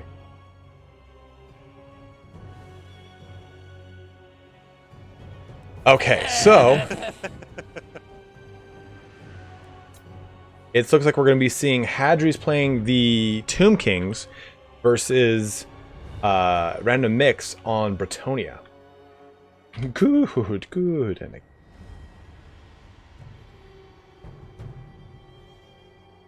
Yeah, but Dark Omen, if you're giving someone the kiss for their magical aptitude when you are part of a bloodline that is not known for your magical aptitude, I don't think it's saying much. Like, Manfred von Karstein, as a caster, is still nowhere near a single Necrarch vampire, I would say. Especially in tabletop. Necrarch vampires were disgusting casters in tabletop. Alright. Let's jump on over here to our stream. Boom! Oops. Are we getting some lag or something? No, it looks like it all stabilized right there. We're having a bit of an issue. Yeah, you can make a level 5 wizards. They were pretty cool. Alright, so let's take a look over here at Hadres' army. A nice long line of spearmen, to be sure here. Some Necropolis Knights with halberds, which are really going to be the biggest thing to oppose the Bretonnian cav force. And then, of course, Big Daddy, Sphinx of Usek. We saw this guy earlier today. AP, anti-large, magic damage, fire damage, everything causes terror. It's going to be great against the Bretonnian front line. Also going to see Setch of the Imperishable on a chariot riding dirty with 2 Necrotechs. So it's going to be some Tokyo drifting. I mean, they're not out of control, they're in control. So they're ready to Tokyo drift their way through this one. They got 10-second cars, they're ready to go. They don't owe anyone a 10-second car. We're also going to see a Tomb Scorpion added into this as well, which is going to be great to just kind of buck and wail its way through the front line. Now, Randommix's army does have the Battle Pilgrims of La Moisenthal, which are going to be great here because they do have both magic and flaming damage. Now across the front line, men-at-arms with shields, it's all you really need against the front line of Tomb Kings. You kind of just need to hold that line. Battle Pilgrims are going to be able to beat upon the Prophet's shields like a drum when it comes to other skeleton warriors, so it'll be great as well. We're going to see Gotrek and Felix, as well as the Fey Enchantress on foot, and a Grail Relic. We're going to see 1, 2, 3 Peasant Bowmen, Knights, and then 2 Knights of the Realm, and then who are these? The Companions of Quenelle, which are the souped up version of the Questing Knights with anti-large. So take a look at this. This is going to be pretty dirty. I think it's going to be really down to shutting down those chariots, because those chariots are really going to do a lot of damage to the front line of the Bretonnian forces. Now, if they can really get a good charge here and do some return damage into this, it might be huge. Oh, boom! An explosion onto the companions of Quenelle and the Knights of the Realm, knocking out a good chunk of health here. We can take a look here. Look at how big and mad he looks. He is so ready to just pounce. Scything his way through those companions here. You the peasant bowmen just pouring down into this situation. Holy Wardens jumping in as well. Trying to just wrap up as much of this as possible. Those chariots are ready to just kind of push through stuff, though. Unfortunately, those Knights of the Realm and the Companions of Quenelle took a really heavy beating in that first engagement with very little return damage into the Tomb Kings. I mean, they did get the Necrotech down to about not even 50% health. He's already kind of healing up. Whew. Now there it is. A Tomb Scorpion is going to be able to rip its way through all of these men-at-arms. Oh, God. You can see Cetra. He's not serving anyone. He's just going right through everyone, just chunking into stuff. Now, throughout the rest of this fight, though, the men-at-arms are going to trade better into those skeleton spearmen. These battle pilgrims are going to rip through these guys over here. But, again, this is really the main thing. Hadres and Randommix know that this is where the main fight is. Already, Felix is getting beat to a pulp. Is that? No, that's just man. Okay, that's Felix. Sorry, the sword emblem kind of threw me off there. Everything's in this big main fight right now. You do have the Fey Enchantress, which is just kind of surrounded by a lot of disgusting things. You've got the Champions of Quenelle who are trying to jump in and out of this. It's going to be really an uphill battle trying to shut down this Sphinx of Usaf, because they don't have anything to pin it in place. It's just going to be able to push wildly through stuff and get out of any big engagements. There's nothing that's going to be able to do a ton of burst damage to it right now. Even though these guys do flaming damage and everything, they're going to be able to just, like I said, pull right through, get out of this engagement, pull back over here, and just get a different, better engagement on themselves. Tomb Scorpion, everything just shutting down these Knights of the Realm, which are now terrified right now. Cetra over here, getting wrapped up by the Knights of the Realm and the Champions of Quenelle. The Peasant Bowmen trying to get some good damage onto stuff, getting a good target here in the Skeleton Necropolis Knights. Restore on them, trying to replenish from those, from the Necrotech. And the Tomb Scorpion just got a new target. Oh, didn't it? Did it? Oh, I thought I was going to jump right through all these guys. You've got this whole like leadership squad chasing things down as best it can. Gotra can do some good and impressive anti-large, so hopefully he can get in some good shots onto stuff like Usef, onto the Spearman, or onto the Tomb Scorpion, or onto any of these chariots, which are just riding now through all the Peasant Bowmen. Trying to shut down more of these Necropolis Knights. Jaff's Incantation of Cursed Blades, give them a nice boost to their weapon strength. And some AP. I almost threw up. So, it looks like Hadres is just trying to reconcile the front line and finish it off as best he can. Realm of Souls, though, rank 3 has just kicked off. They're getting a good summon here. Ooh, look at that. Grail Relic down for the count. And he's putting the Ushabti right here onto the Holy Wardens, which is a pretty good call. Just kind of get I keep wanting to say AP damage, but that fire damage, all that magic damage out of the fight. Got a good wrap up on these Necropolis Knights with halberds, but they're surrounded by too much, and it's not going to go well for them. Got the Sphinx of Usef jumping in as well. Hadres is really kind of up against the wall in a lot of different situations here. Usef is down to about 50% health, which is really strong, and they're out of Realm of Souls, so they won't be getting any more regeneration and healing from that in and of itself. Necrotechs might have 1 or 2 heals they might be able to drop on them, but as long as they can really threaten that big bad boy, it's going to really help them out, I think. The Tomb Scorpion, though, is still in pretty good health, so it's really going to come down to threatening one target over the other, and with the hope of bringing more Peasant Bowmen into the fight to just get more chipping damage out. Oh, a nice burst out from Cetra over there, able to get him out of that engagement. Those halberds making short work of anything else over there that has large attached to it. Fey Enchantress, though, Gotrek, and Felix all kind of set up in this situation. Felix kind of on his own, getting just hit in the head by these chariots, getting ridden over by these Toyota Supras that are just going wild all over the place. Ushabti now just being unsummoned, the binding being undone.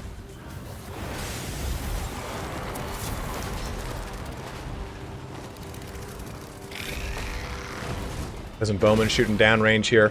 Felix is terrified. Oh no, he's shattered. He's out of this fight.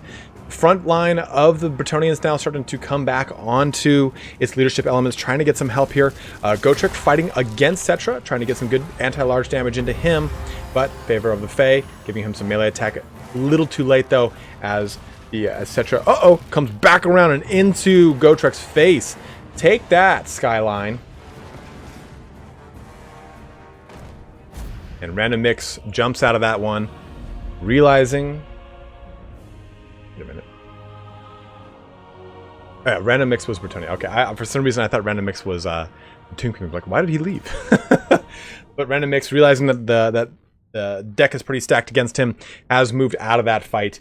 Hadres pulling up 2-1 now against Randommix. I think at one point during the fight, I got mixed up at who was playing who, so that kind of that messed things up. But I think that Randommix's army wasn't bad. I know where he was going with this, but I think Hadres focusing on the single entity and chariot play really allowed for him to counter heavily just the men-at-arms chaff. I don't think he expected to see a Fey Enchantress on foot, but it allowed for him to really do a lot against Bretonnia in a way that Bretonnia couldn't respond to this with much of anything. With the Knights of the Realm and the Champions of Quenelle, there wasn't enough anti-large or AP damage to threaten into the Sphinx, into the Tomb Scorpion, into any of the chariots which were able to push through stuff. And again, these guys were a big pinner too, because the Necropolis Knights could pin things down and do a lot of AP anti-large damage, which was very, very good. All right, so we're coming onto Prague. We edit the score here, left score. Prague. So now 2-1. So this is match point for Hadres. If he can get a win here, he's going to pull up 3-1, best of 5. So he will win the Warpstone Cup and a $20 Steam gift card. So they're onto their picks and bans right now. There is one ban left, or they do one ban because it is after the third round.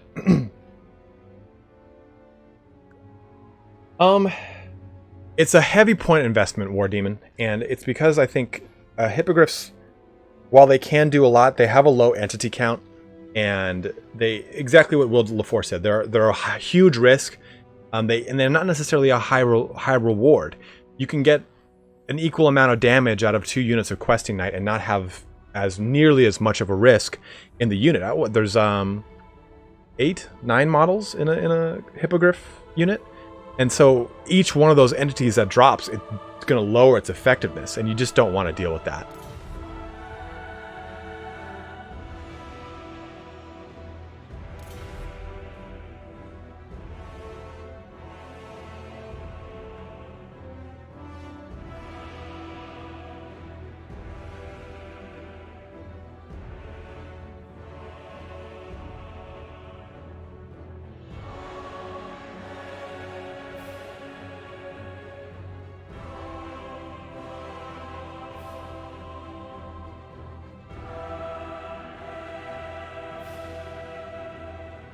Moby is a Warhammer streamer. Oh man, I'll see you guys on the... Isn't it south side or west side? West side? South side. Here we go now, down to the east side. Look at my friends. They all die, isn't that it?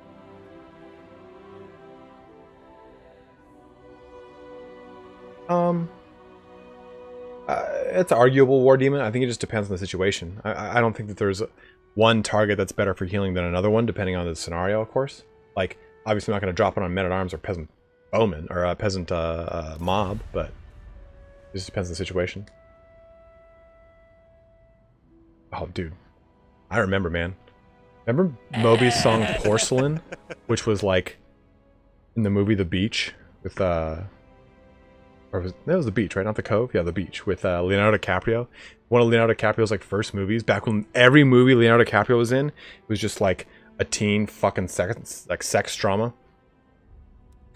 All right, so Randommix is going Dark Elves and banning Skaven. I think Hadres will be taking... Hadres is deciding between Norska or Vampire Coast. He's gone with Vampire Coast. So I think that's going to be a stronger pick against the Dark Elves. So we'll see how that plays out. It's going to be pretty fun, I think. And we're on the map Prague. So this is game point. This is game, set, match for Hadres if he wins. Randommix has to come back from this. If he gets another win, we'll go into our fourth. This is our fourth.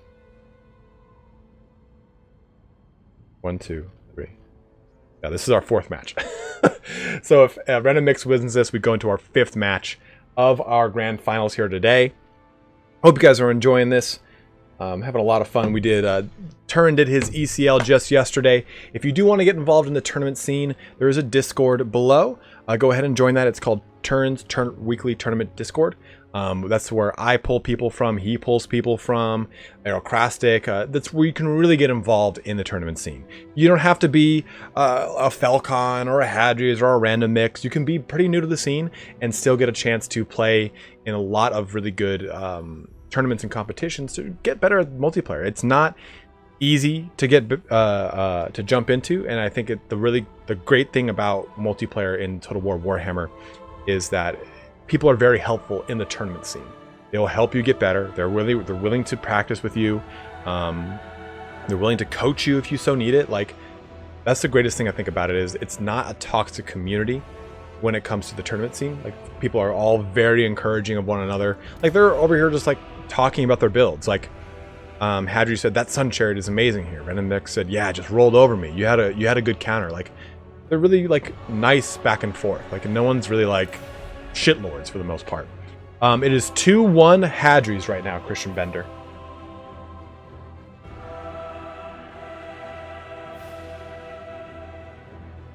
No problem, Tama. I'm glad you're enjoying it, man.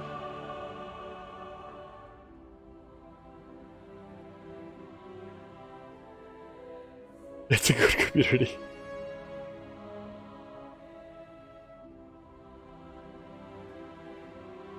Some girl on my Instagram put like, if this pandemic gets any more toxic, I might date it. I was like, yeah, you are absolutely that type of girl that goes for toxic dudes. Oh my god, you've got a lot of tattoos. I saw another one too where it was like girls are gonna start looking for guys in a whole different light now because of this. Like, can he change a tire? Like, can he make a campfire? Like, what can he do during like the apocalypse? I'm like, no, they're gonna see like a sleeve tattoo and think that it means all those things, but the guy's gonna stub his toe and cry his ass off. Stubbing your toe is serious business, man. That's how you break a foot.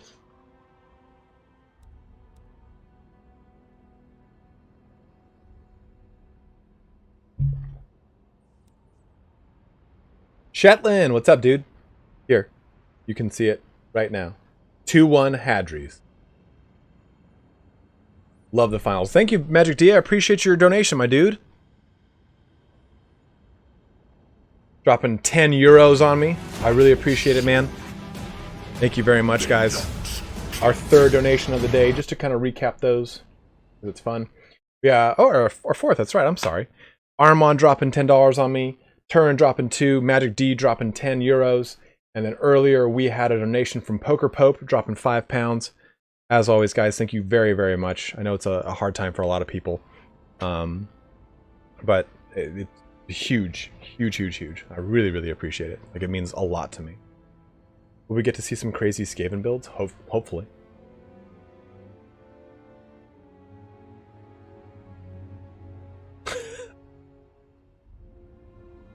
Oh, that's a great comment. Anyone else see the video with the guy warning people about the crackhead girl who came up his driveway and offered him a BJ and a donut for toilet paper? I'm like, that's a pretty good goddamn deal right there. Yeah, we thought it was going to be bottle caps. Dad, it's toilet paper.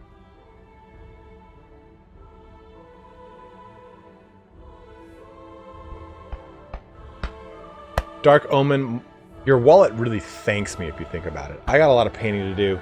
That's going to be like my big thing I'm going to be trying to like knock out. Yeah, more like winning the lottery. Oh, it was an ice cream, not a donut? Oh, yeah. I've seen... That's been done before. That whole... The joke where the guy's like, yeah, you know, I'm out here in this parking lot, and these people are coming up to me, and they're just like... and he's like eating like an ice cream or something, and he'll be like talking about like, yeah, so the guy came up to me and said like, hey dude, I'll suck your dick and I'll give you an ice cream if you blank blank and blank. It's usually whatever the blank and blank is. It's whatever it is topical for the time. He goes, yeah, so like he's just eating the ice cream. He's like, I told that guy to fuck off, you know? Is he eating the ice cream?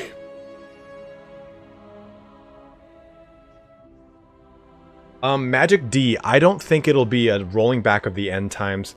I think so. The Warhammer in the old world, they compared to the Warhammer 30K that Forge World does, and Warhammer Old World is going to be handled by Forge World. So I would expect something along the lines of units you can use in both Age of Sigmar and Old World, and we're going to explore portions of the Warhammer fantasy continuum that we've not really explored in depth, or have really cool side narratives. Like, I wouldn't be surprised if they did a War of the Beard.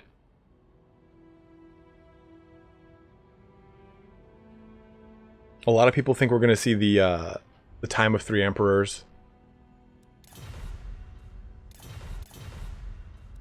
All right. So Hadres is going to be playing the Vampire Coast versus Randommix's Dark Elf.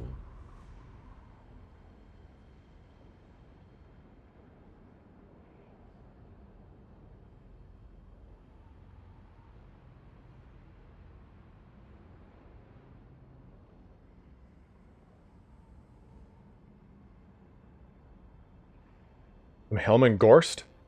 I don't think with these factions.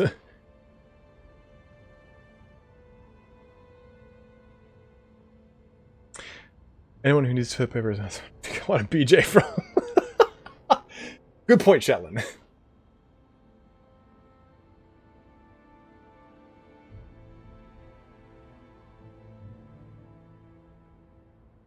Randommix is just finishing off his build here, and I'm trying to kind of conserve my voice as best as possible. While we're waiting, all right, I'm gonna go ahead and press start battle and load us in. I'm gonna use the restroom real quick. I'll be right back.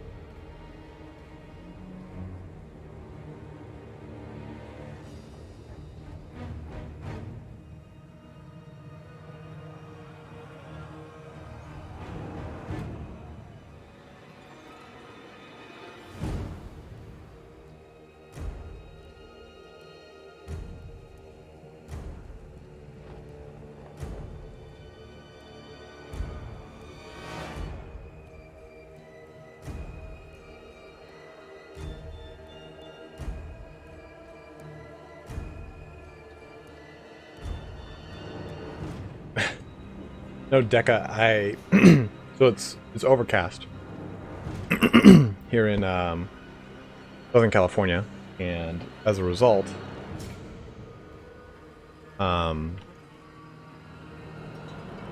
usually when it's overcast, there's not a lot of like light that pours in through my room, so I wear these because it helps my not get really bad headaches.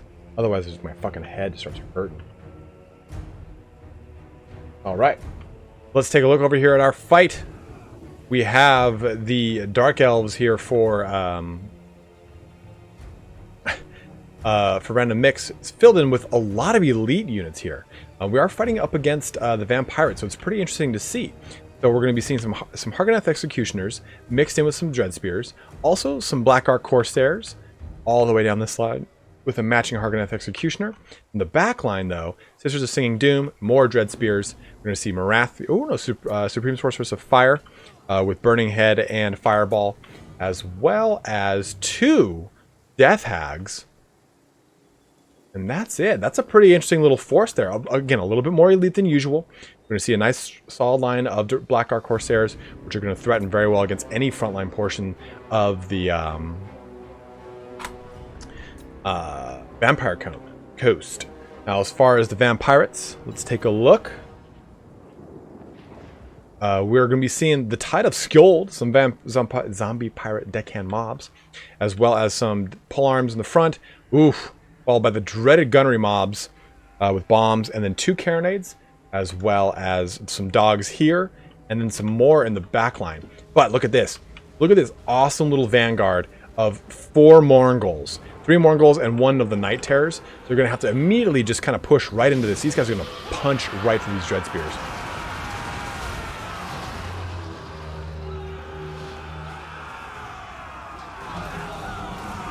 Hargoneth Executioners getting in there as well. Looking to slice and dice through some half abominations here. More Scurvy Dogs looking to jump in through the back line. See, the nice thing about this Dark Elf army is there's no real back line to be threatened by the Scurvy Dogs. So the Scurvy Dogs are, of course, they're going to be a pain, but they're not going to be able to shut down any kind of skirmish cav play with the repeater crossbows, and they're not going to be able to shut down anything as far as repeater crossbows go just from the infantry units. So I think right now Randommix has got a lot of really good picks in this scenario. The Mournguls are losing these fights, it looks like, a little more handedly than you would have thought otherwise. You've got some under the map. Yeah, I want that to happen. Scurvy Dogs coming in here, get a nice little conga line charge, unfortunately. Front line, though, just getting mulched up by some bombs, but at the same time also getting responding charged by those Corsairs. So you can see that these Hargoneth Executioners just push right through, right to the zombie pirate deckhand mobs. And we did not, unfortunately, take a look at the leadership. I think it's Noctilus. Yeah, it's Noctilus on foot, who is incredibly strong on foot.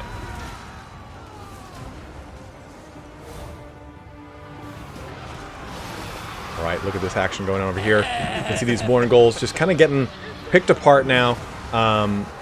One of them is a little bit better in health, but the Night Terrors, which do have hunger, are really unable to kind of keep it going right now. A nice summon up too in the back line here of zombie pirate gunnery mobs shooting back here into the Black Ark Corsairs, and Count Noctilus just kind of chopping things down.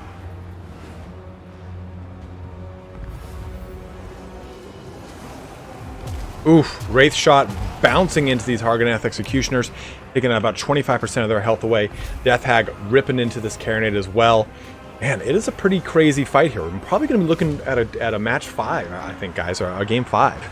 I don't know if Hadres really has the stuff to be able to stop Randommix's rampaging Dark Elf horde. Almost able to take out the Supreme Sorceress of Fire here by just simply using these zombie pirate gunnery mobs.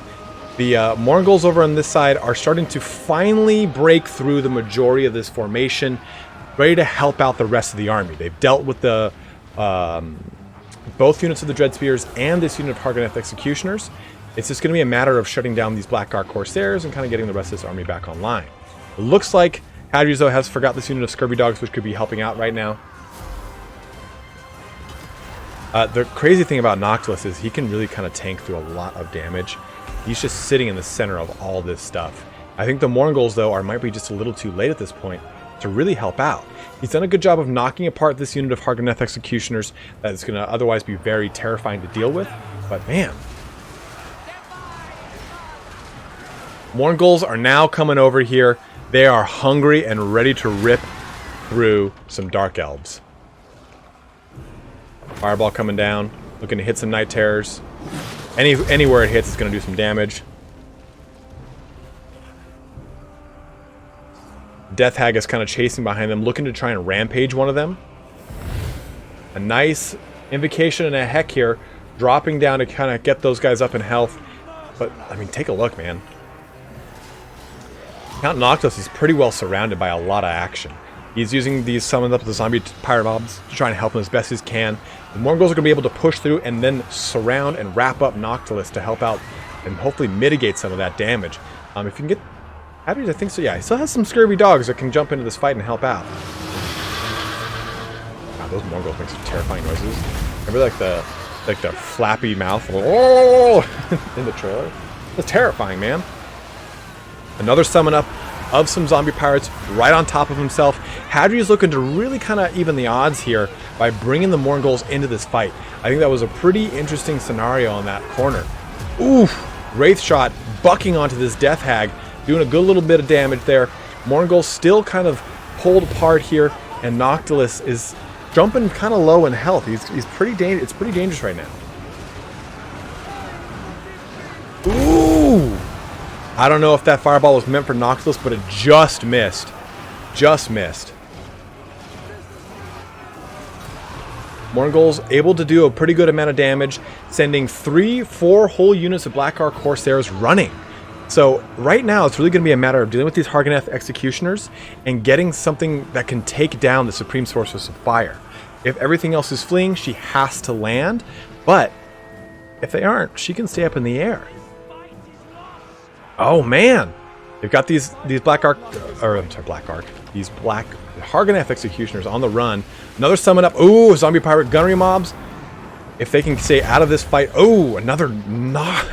Each one of these fireballs is just knocking apart these Morghols here. Uh-oh. Army losses, I think, are kicking in. We just saw a lot of the leadership tank. I thought, but I was wrong. The Death Hags are both now just on Noctilus. They are ripping him apart.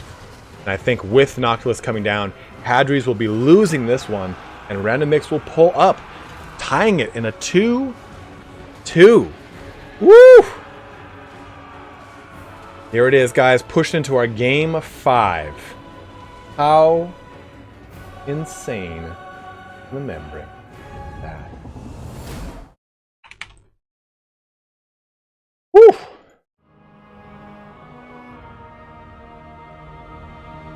Pocket summon in the fourth quarter, trying to come back from this one, but it doesn't seem to work out for him, Bob. It still happens with the double Death Hag double punch. So we can see here that Randommix had a really big, wide army, and Hadres had. Oh, I didn't even see this go down. The bloated corpse. I think the Morghoul play by Hadres was very risky, and I think it ultimately almost paid off. I think that's the scary thing about it. It almost paid off. The Executioners, though, between both of them, they got plenty of kills. The Black Ark Corsairs did tons of damage here too, and they almost didn't make it through the end of that fight. I mean, they did end up running away from the Morghols. I think it was actually more terror than anything. And Randommix's ability to use those what the hell is it called?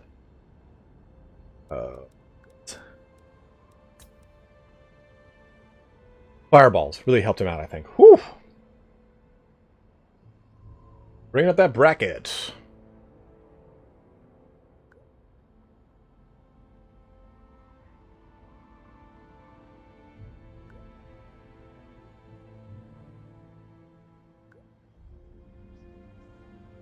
Alright, so we're going to be doing their final one, the final match.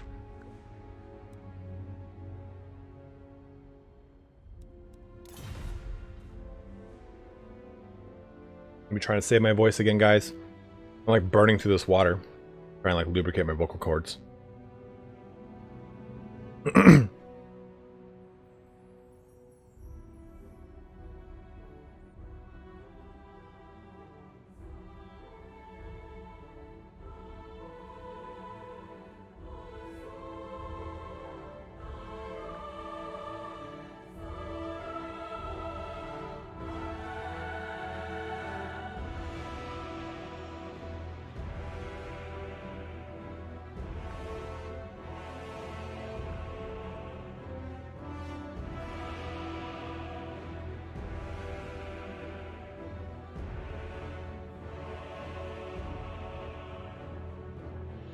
Thank you very much, Zip. I'm glad you're enjoying it, man. Live up those sweet chords. Golem juice.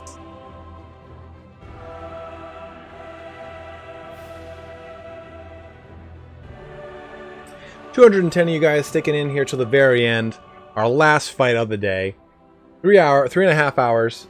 Someone was saying this is gonna be a pretty short one, right? Like, nope, this is gonna be a long one.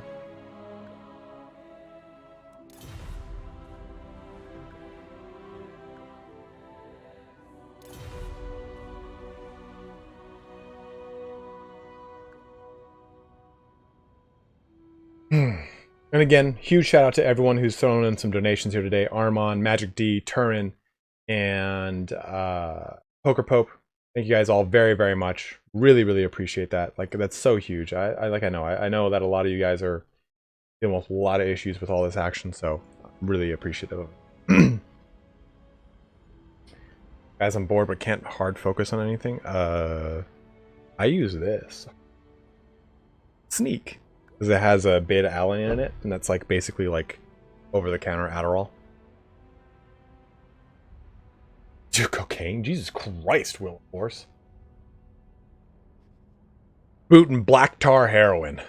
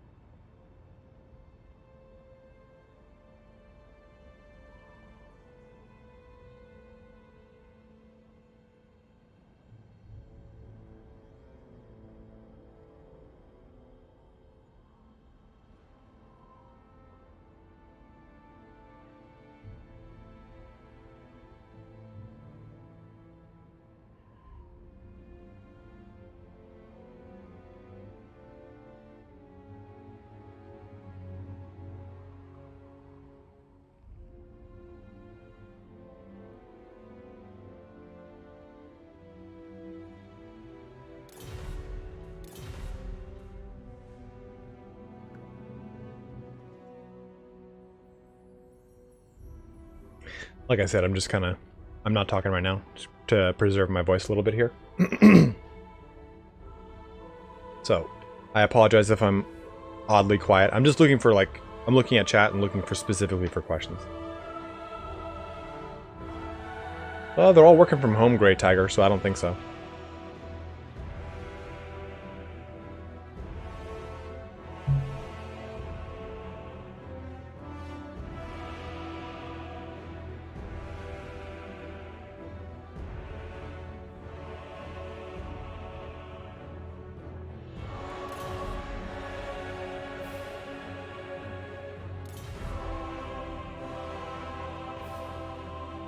Andrew Mateus. We're at the very end, man. This is the last game. We're at the, here, you can take a look at the bracket, or the Steam. You can see we're at 2-2 in the finals. Best of 5 right here, right now.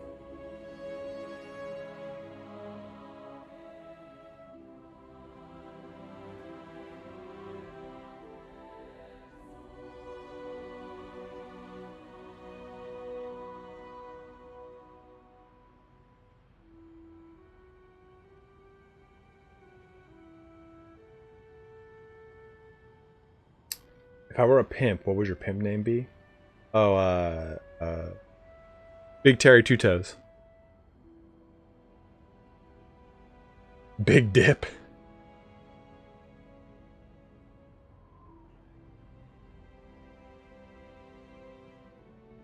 Yeah, your pimp name would be Dicklemore. Fuck.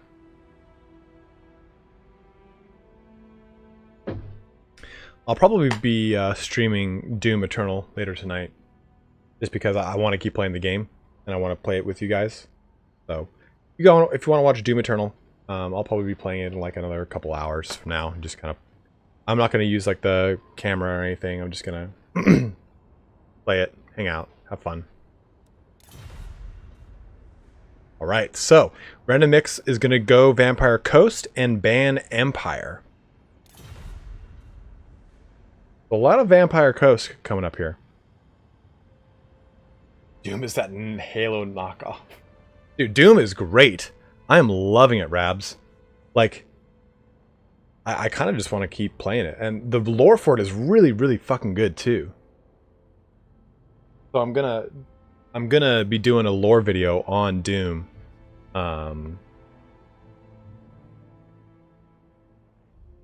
Because they broke it down to like the story of the Sentinels, the story of Hell, so on and so forth. So I'm going to cover the story of the Sentinels. I've got all these codex entries. So basically I'm just going to read those codex entries, much like I would for any of my Warhammer lore. So you guys can just kind of like listen to it. I don't know, man. I don't know, Tanks. I'm liking all the lore of the Sentinels.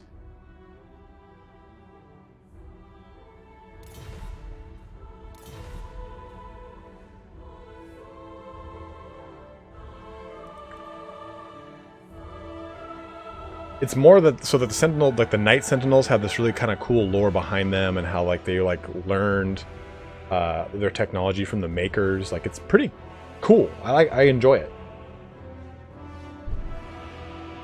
I might even do another video just discussing like, is the Doom guy actually on a Warhammer 40k battle barge?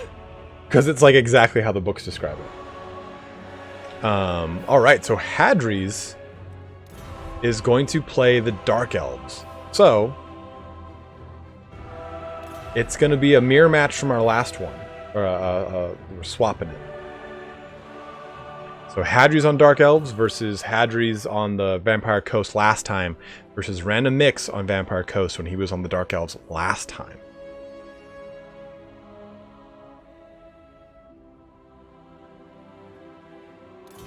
Here it is, guys. Last fight of the day.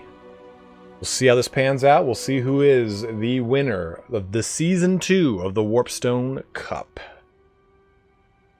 Waiting for Randommix to ready up. This is going to be on the Plains of the Dead. A nice open map here too, so it gives a lot of mobility options for our Hadres. Also gives a lot of line of sight for Randommix. So Randommix has had a lot of very interesting builds this entire day, and so has Hadres. Hadres has had a lot of very all-in builds that I think have not played out for him. His very first game, he lost almost immediately because he had a build that was very interesting. And then this last one was, again, a very interesting build. It almost panned out, but didn't quite well enough. So we'll see how this goes as we progress through these matches.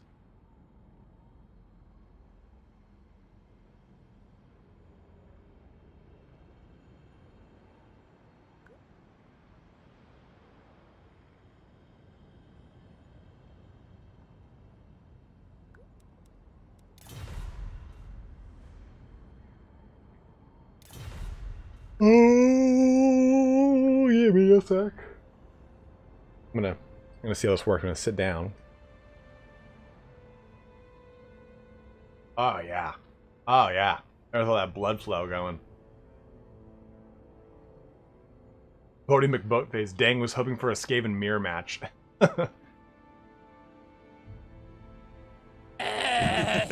Hey, thanks for subscribing.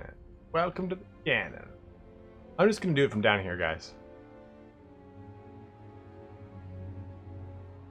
Poncho, what's up, dude?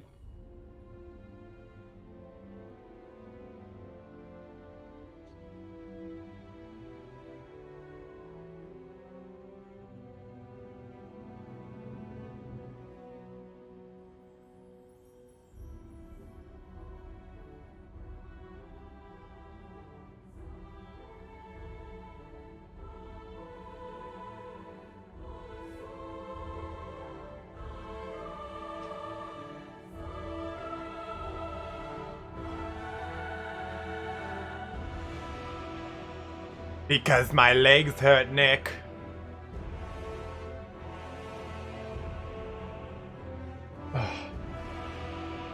I'm sitting down. I had a seat, man.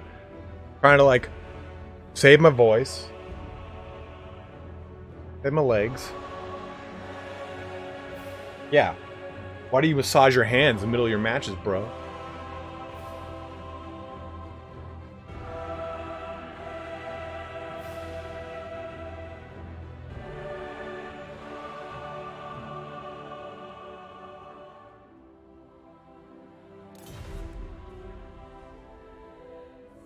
I don't. That is why I suffer. Dude, massage your hands, man. The good people of Middle Earth need you. God damn it, Christian Bender. I hate you. Your puns know no bounds.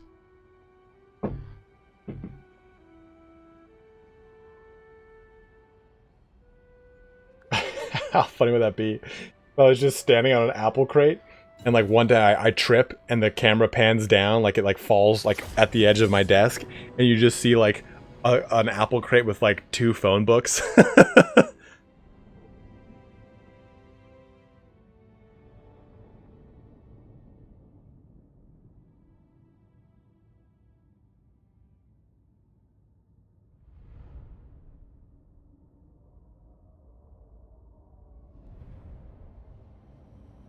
All right, we are loading into our last match. It is going to be Hadres on the Dark Elves versus Randommix on the Vampire Coast. Coming up to our last game here. 3 hours, 40 minutes, 207 of you bros sticking in here. Borderlands Midget, one of the guys like,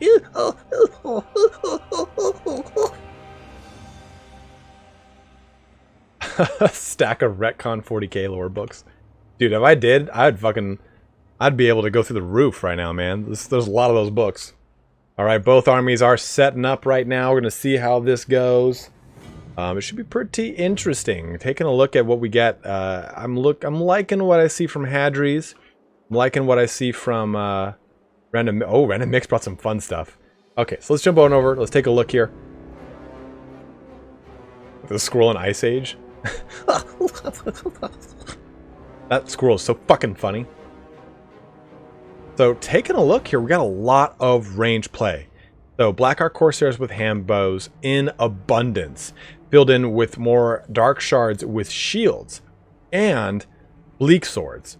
So a very kind of wide line here. In addition to Dark Riders on the left and right sides, and we have got Malekith on foot. He's gonna Blade Wind, interesting. No Soul Stealer. And Chill of the whatever the hell. Chillwind, isn't that what it is? Yeah, Chillwind. And then also, of course, Gaze of Malice. That's going to be pretty interesting. I like this force. We also see a little backline deployment of some Dark Riders over there, and the Brides or the Crows of Cain over in that corner. So some interesting play right there. Now for Randommix, we're going to be seeing Luther Harkin on his Terror Goose. He's going to be doing all sorts of crazy action. Of course, he gets his awesome little Disrupted. Plus 50% miscast chance and minus 10% to physical resistance.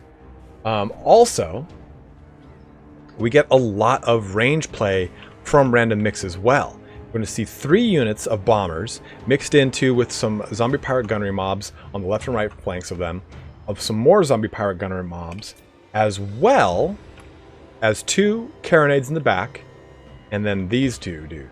You get the deck gunners and the Shade Wraith deck gunners. You don't get to see these guys too often, right? But they get discouraged on their shots. They look badass. And we also get to see some deck droppers. So, and some zombie pirate handgunners. So this is going to be a very interesting kind of play out here. We do have a nice front line of Dark Elves and their shields, followed by handbows or Corsairs with handbows, followed by Dark Shards. So a lot of range play going back and forth, back and forth. So I'm really curious to see how these 2 forces really play out. This is, for all the marbles, this is the best of 5. This is game 5 right now. So we're going to see this unfold in just a little bit. One thing that Falcon just mentioned in chat that I want to highlight is Malekith on foot gets 15% melee missile resistance, but he also gets his shield, which adds an additional 60% to that number. Also gets a physical resistance of 20%. So he's going to be pretty beastly when it comes to taking a lot of fire from all of these range units. I'm excited to see the outcome. Oh, oops, I forgot to tell him. Do it.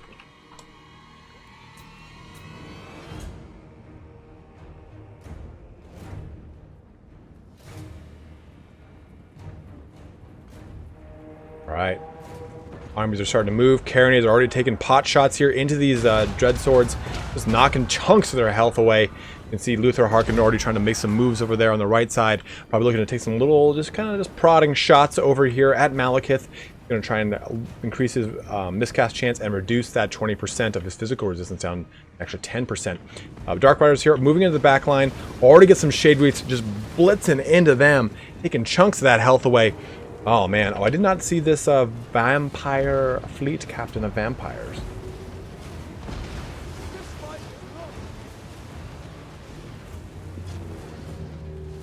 So, yeah, he would have 80% block chance, which is or he would have 75% block chance with just an additional 20% physical damage resistance, Falcon.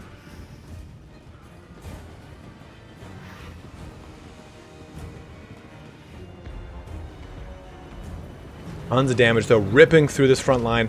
Dark Rider's getting a nice little charge into these zombie pirate gunnery mobs. And the big thing here is, oh, Blade Wind. Nice Blade Wind right there onto those zombie pirate bombers, which I think is a really strong play. Those bombers are just going to make short work of the front line of this entire army. So I really like that play there real quick.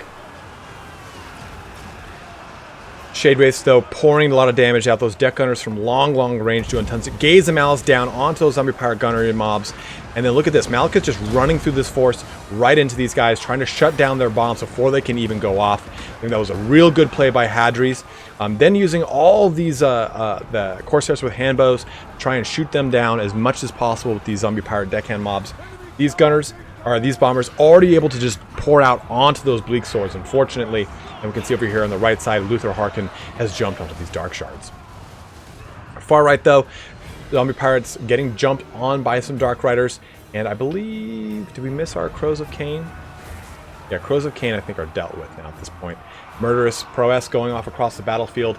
Trying to do some more damage here. Another Blade Wind coming down onto these zombie pirates. Oh, and a good roll here for Hadres. It's sticking with them as they kind of move and doing quite a bit of damage to them. A summon up here of some zombie pirate gunnery mobs, getting some good damage out now. We're able to get some good, some good range damage into these. Shade Wraiths, though, are just unmitigated. They're just doing so much damage here. Just able to shoot into anything that they want to. The carronades are uncontested. Hadri's backline play has not been able to come to the fore. Now we're going to get a little drop down here. Oh, that's a taunt that was dropped onto this unit. One unit of bombers shut down, another unit of bombers shut down. All three bombers are now shut down. Now we can see these deck droppers dropping in on this unit of dark shards, and we also see the vampire fleet admiral jumping into this as well. Dark Riders now getting shot up by the Shade Wraiths again. The Dark Riders have not been able to penetrate that Shade Wraith curtain of fire, and you can see that Randommix is doing a good job of keeping this in the firing arc. He's just keeping them on point, keeping him shooting onto this. Dark Rider's trying to wrap around and get some good damage into them. Oh, can he connect? Can he connect? Gets right in at the last minute. He might just flee out of that, though. Fear and all those, of course, leadership causing situations are going to be in that situation. But Luther Harkin is just kind of pushing back into this whole force. And you can see the handbows, they can just use their range right now, pummel back into Harkin, pummel back into Harkin. It's pushing them away from the range of a lot of these deck gunners now. The carronades are, of course, still in range. And Malekith can probably push away from this engagement and shut down these zombie pirate gunnery mobs. But another taunt. Yeah, another taunt down here onto these black arcs. Dark Shards getting shut down over there. Got a unit of Bleak Swords that can be used now. Dark Shards over here in an enfilading shot onto Luther Harkin. All of these handbows getting some good distance. And now, oh, I'm sorry, I thought that was Malekith jumping over there. Things just kind of fleeing backwards and shooting into stuff. Right now, if they can just deal with Harkin, then they can deal with a big portion of this army. Because shutting down the leadership portions of any undead force, Vampire Counts, Coast, Tomb Kings, is just so massive. And what they're doing is they're pouring so many AP shots into this guy, and he's having to chase these units as they stagger in different directions to give themselves supporting fire onto one another. But at the same time, the Vampire Fleet Admiral is chasing them and is summoning up some range units to try and counterpunch into them as well. Another summon up of more of these units, trying to shoot into them. Dark Shards trying to stay in range. Harkin is now pretty low in health. Got 1,100 health left. He is fleeing, but he's going to come back from this. Not if they keep shooting him apart, though. Where is our... Malekith's over here. Malekith's just wading through this fight. Look at this. Look at this great Darth Vader moment. He doesn't care. Dude, that is awesome. It's like watching the trailer. But then takes a carronade in the face. Take that, burn boy.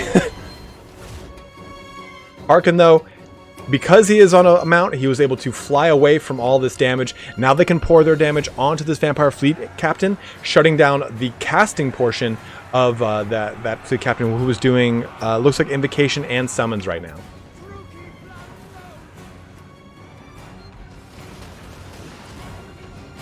Oh, getting right into that fight at the last minute.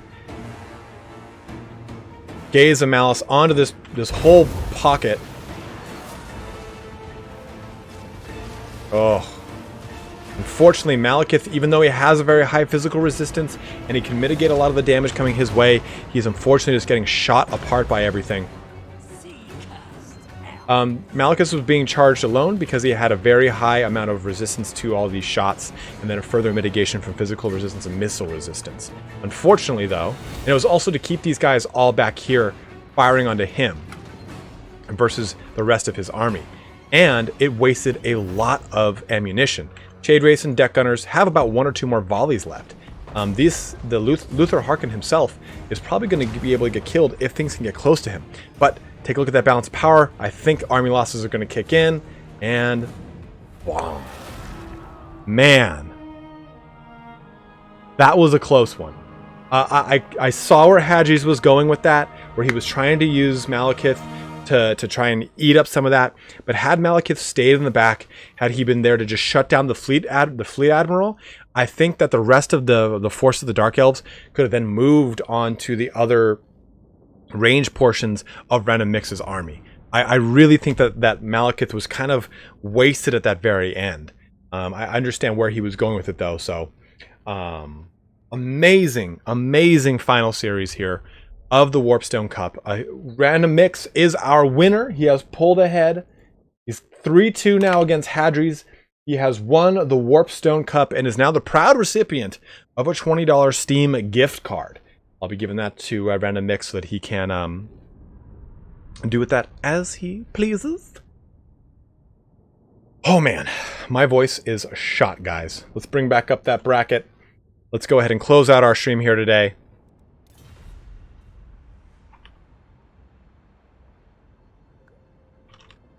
Saying thanks to everyone over here. All right, let's go ahead and bring up our... oh, no, that's the wrong button. Bring up our credits. Do I have credits in this? Yeah, they should be rolling. Good. So again, a special thanks, a huge thanks to Poker Pope for his donation, as well as Armand, Turin, and Magic D for all of your donations here today, guys. I really appreciate it. We're pushing here into almost our 4th hour of the Warpstone Cup Grand Finals. Our new grand champion is Randommix, who has won the 2nd season of the Warpstone Cup. So it has been a wild one. If you do want to get involved in the you pose an army painter model mode to CA, I'll do what I can. If you do want to get involved in the tournament scene, go ahead and check out the link in the description below for the Discord for Turn's weekly tournament Discord. You can go ahead and join that, and from there you'll be able to join in on my tournaments, Turn's tournaments, Aerocrastic's tournaments, my son Herbert Walker. All of us really kind of pull from that lot of people, so you'll be able to get a lot of good initial games in, coaching, all that kind of fun stuff, guys. But as always, thank you so much for watching here today, guys. It's been a long one. It's been a slog. I am starving. My voice is shot to shit. As far as when the next tournament is, I'm not sure, but we will do some stuff throughout the week. Best of 5s, best of 7s. Turin has got his Faction Wars next weekend, so make sure you're checking out Turin's channel. He's got tons of competitive Total War action going on all the time. Yellow Nolly, what's up, man? I gotta bring a BJ and a donut, see what I can do. Alright, guys. I'm gonna close everything out here today. I'm starving and my voice is shot. But thank you so much. Again, huge shout out to all the donations here today. Poker Pope, Armand, Turin, and Magic D. Thank you guys so much. And thanks to all of our moderators for watching throughout the day. Add moderator. Aerocrastic, who is now a moderator. Falcon, Crisps, Misha was here earlier. We saw some Whiskey Jack pop in. We saw Gojira. We saw Doff Plays. We saw Turin. So guys, thank you all so very much for joining me today. Stay safe out there. Everyone, please wash your hands. Stay safe. Stay inside. All that kind of shit. But I'll see you guys throughout the week. We've got plenty of other streams coming your way. We've got Heinrich Kemmler to do. We've got more Doom Eternal to do. Crisps is right there. We've got some more lore videos planned. I've got 2 big lore unit speculation videos, so I'm going to be doing kind of off what I've already done with the High Elf and the Greenskin video. I've got some top videos coming out for top list videos coming out for 40K, and I'm working on the Great Con video. So, oh my god, so much to do. But all right, guys, have a good one and take care.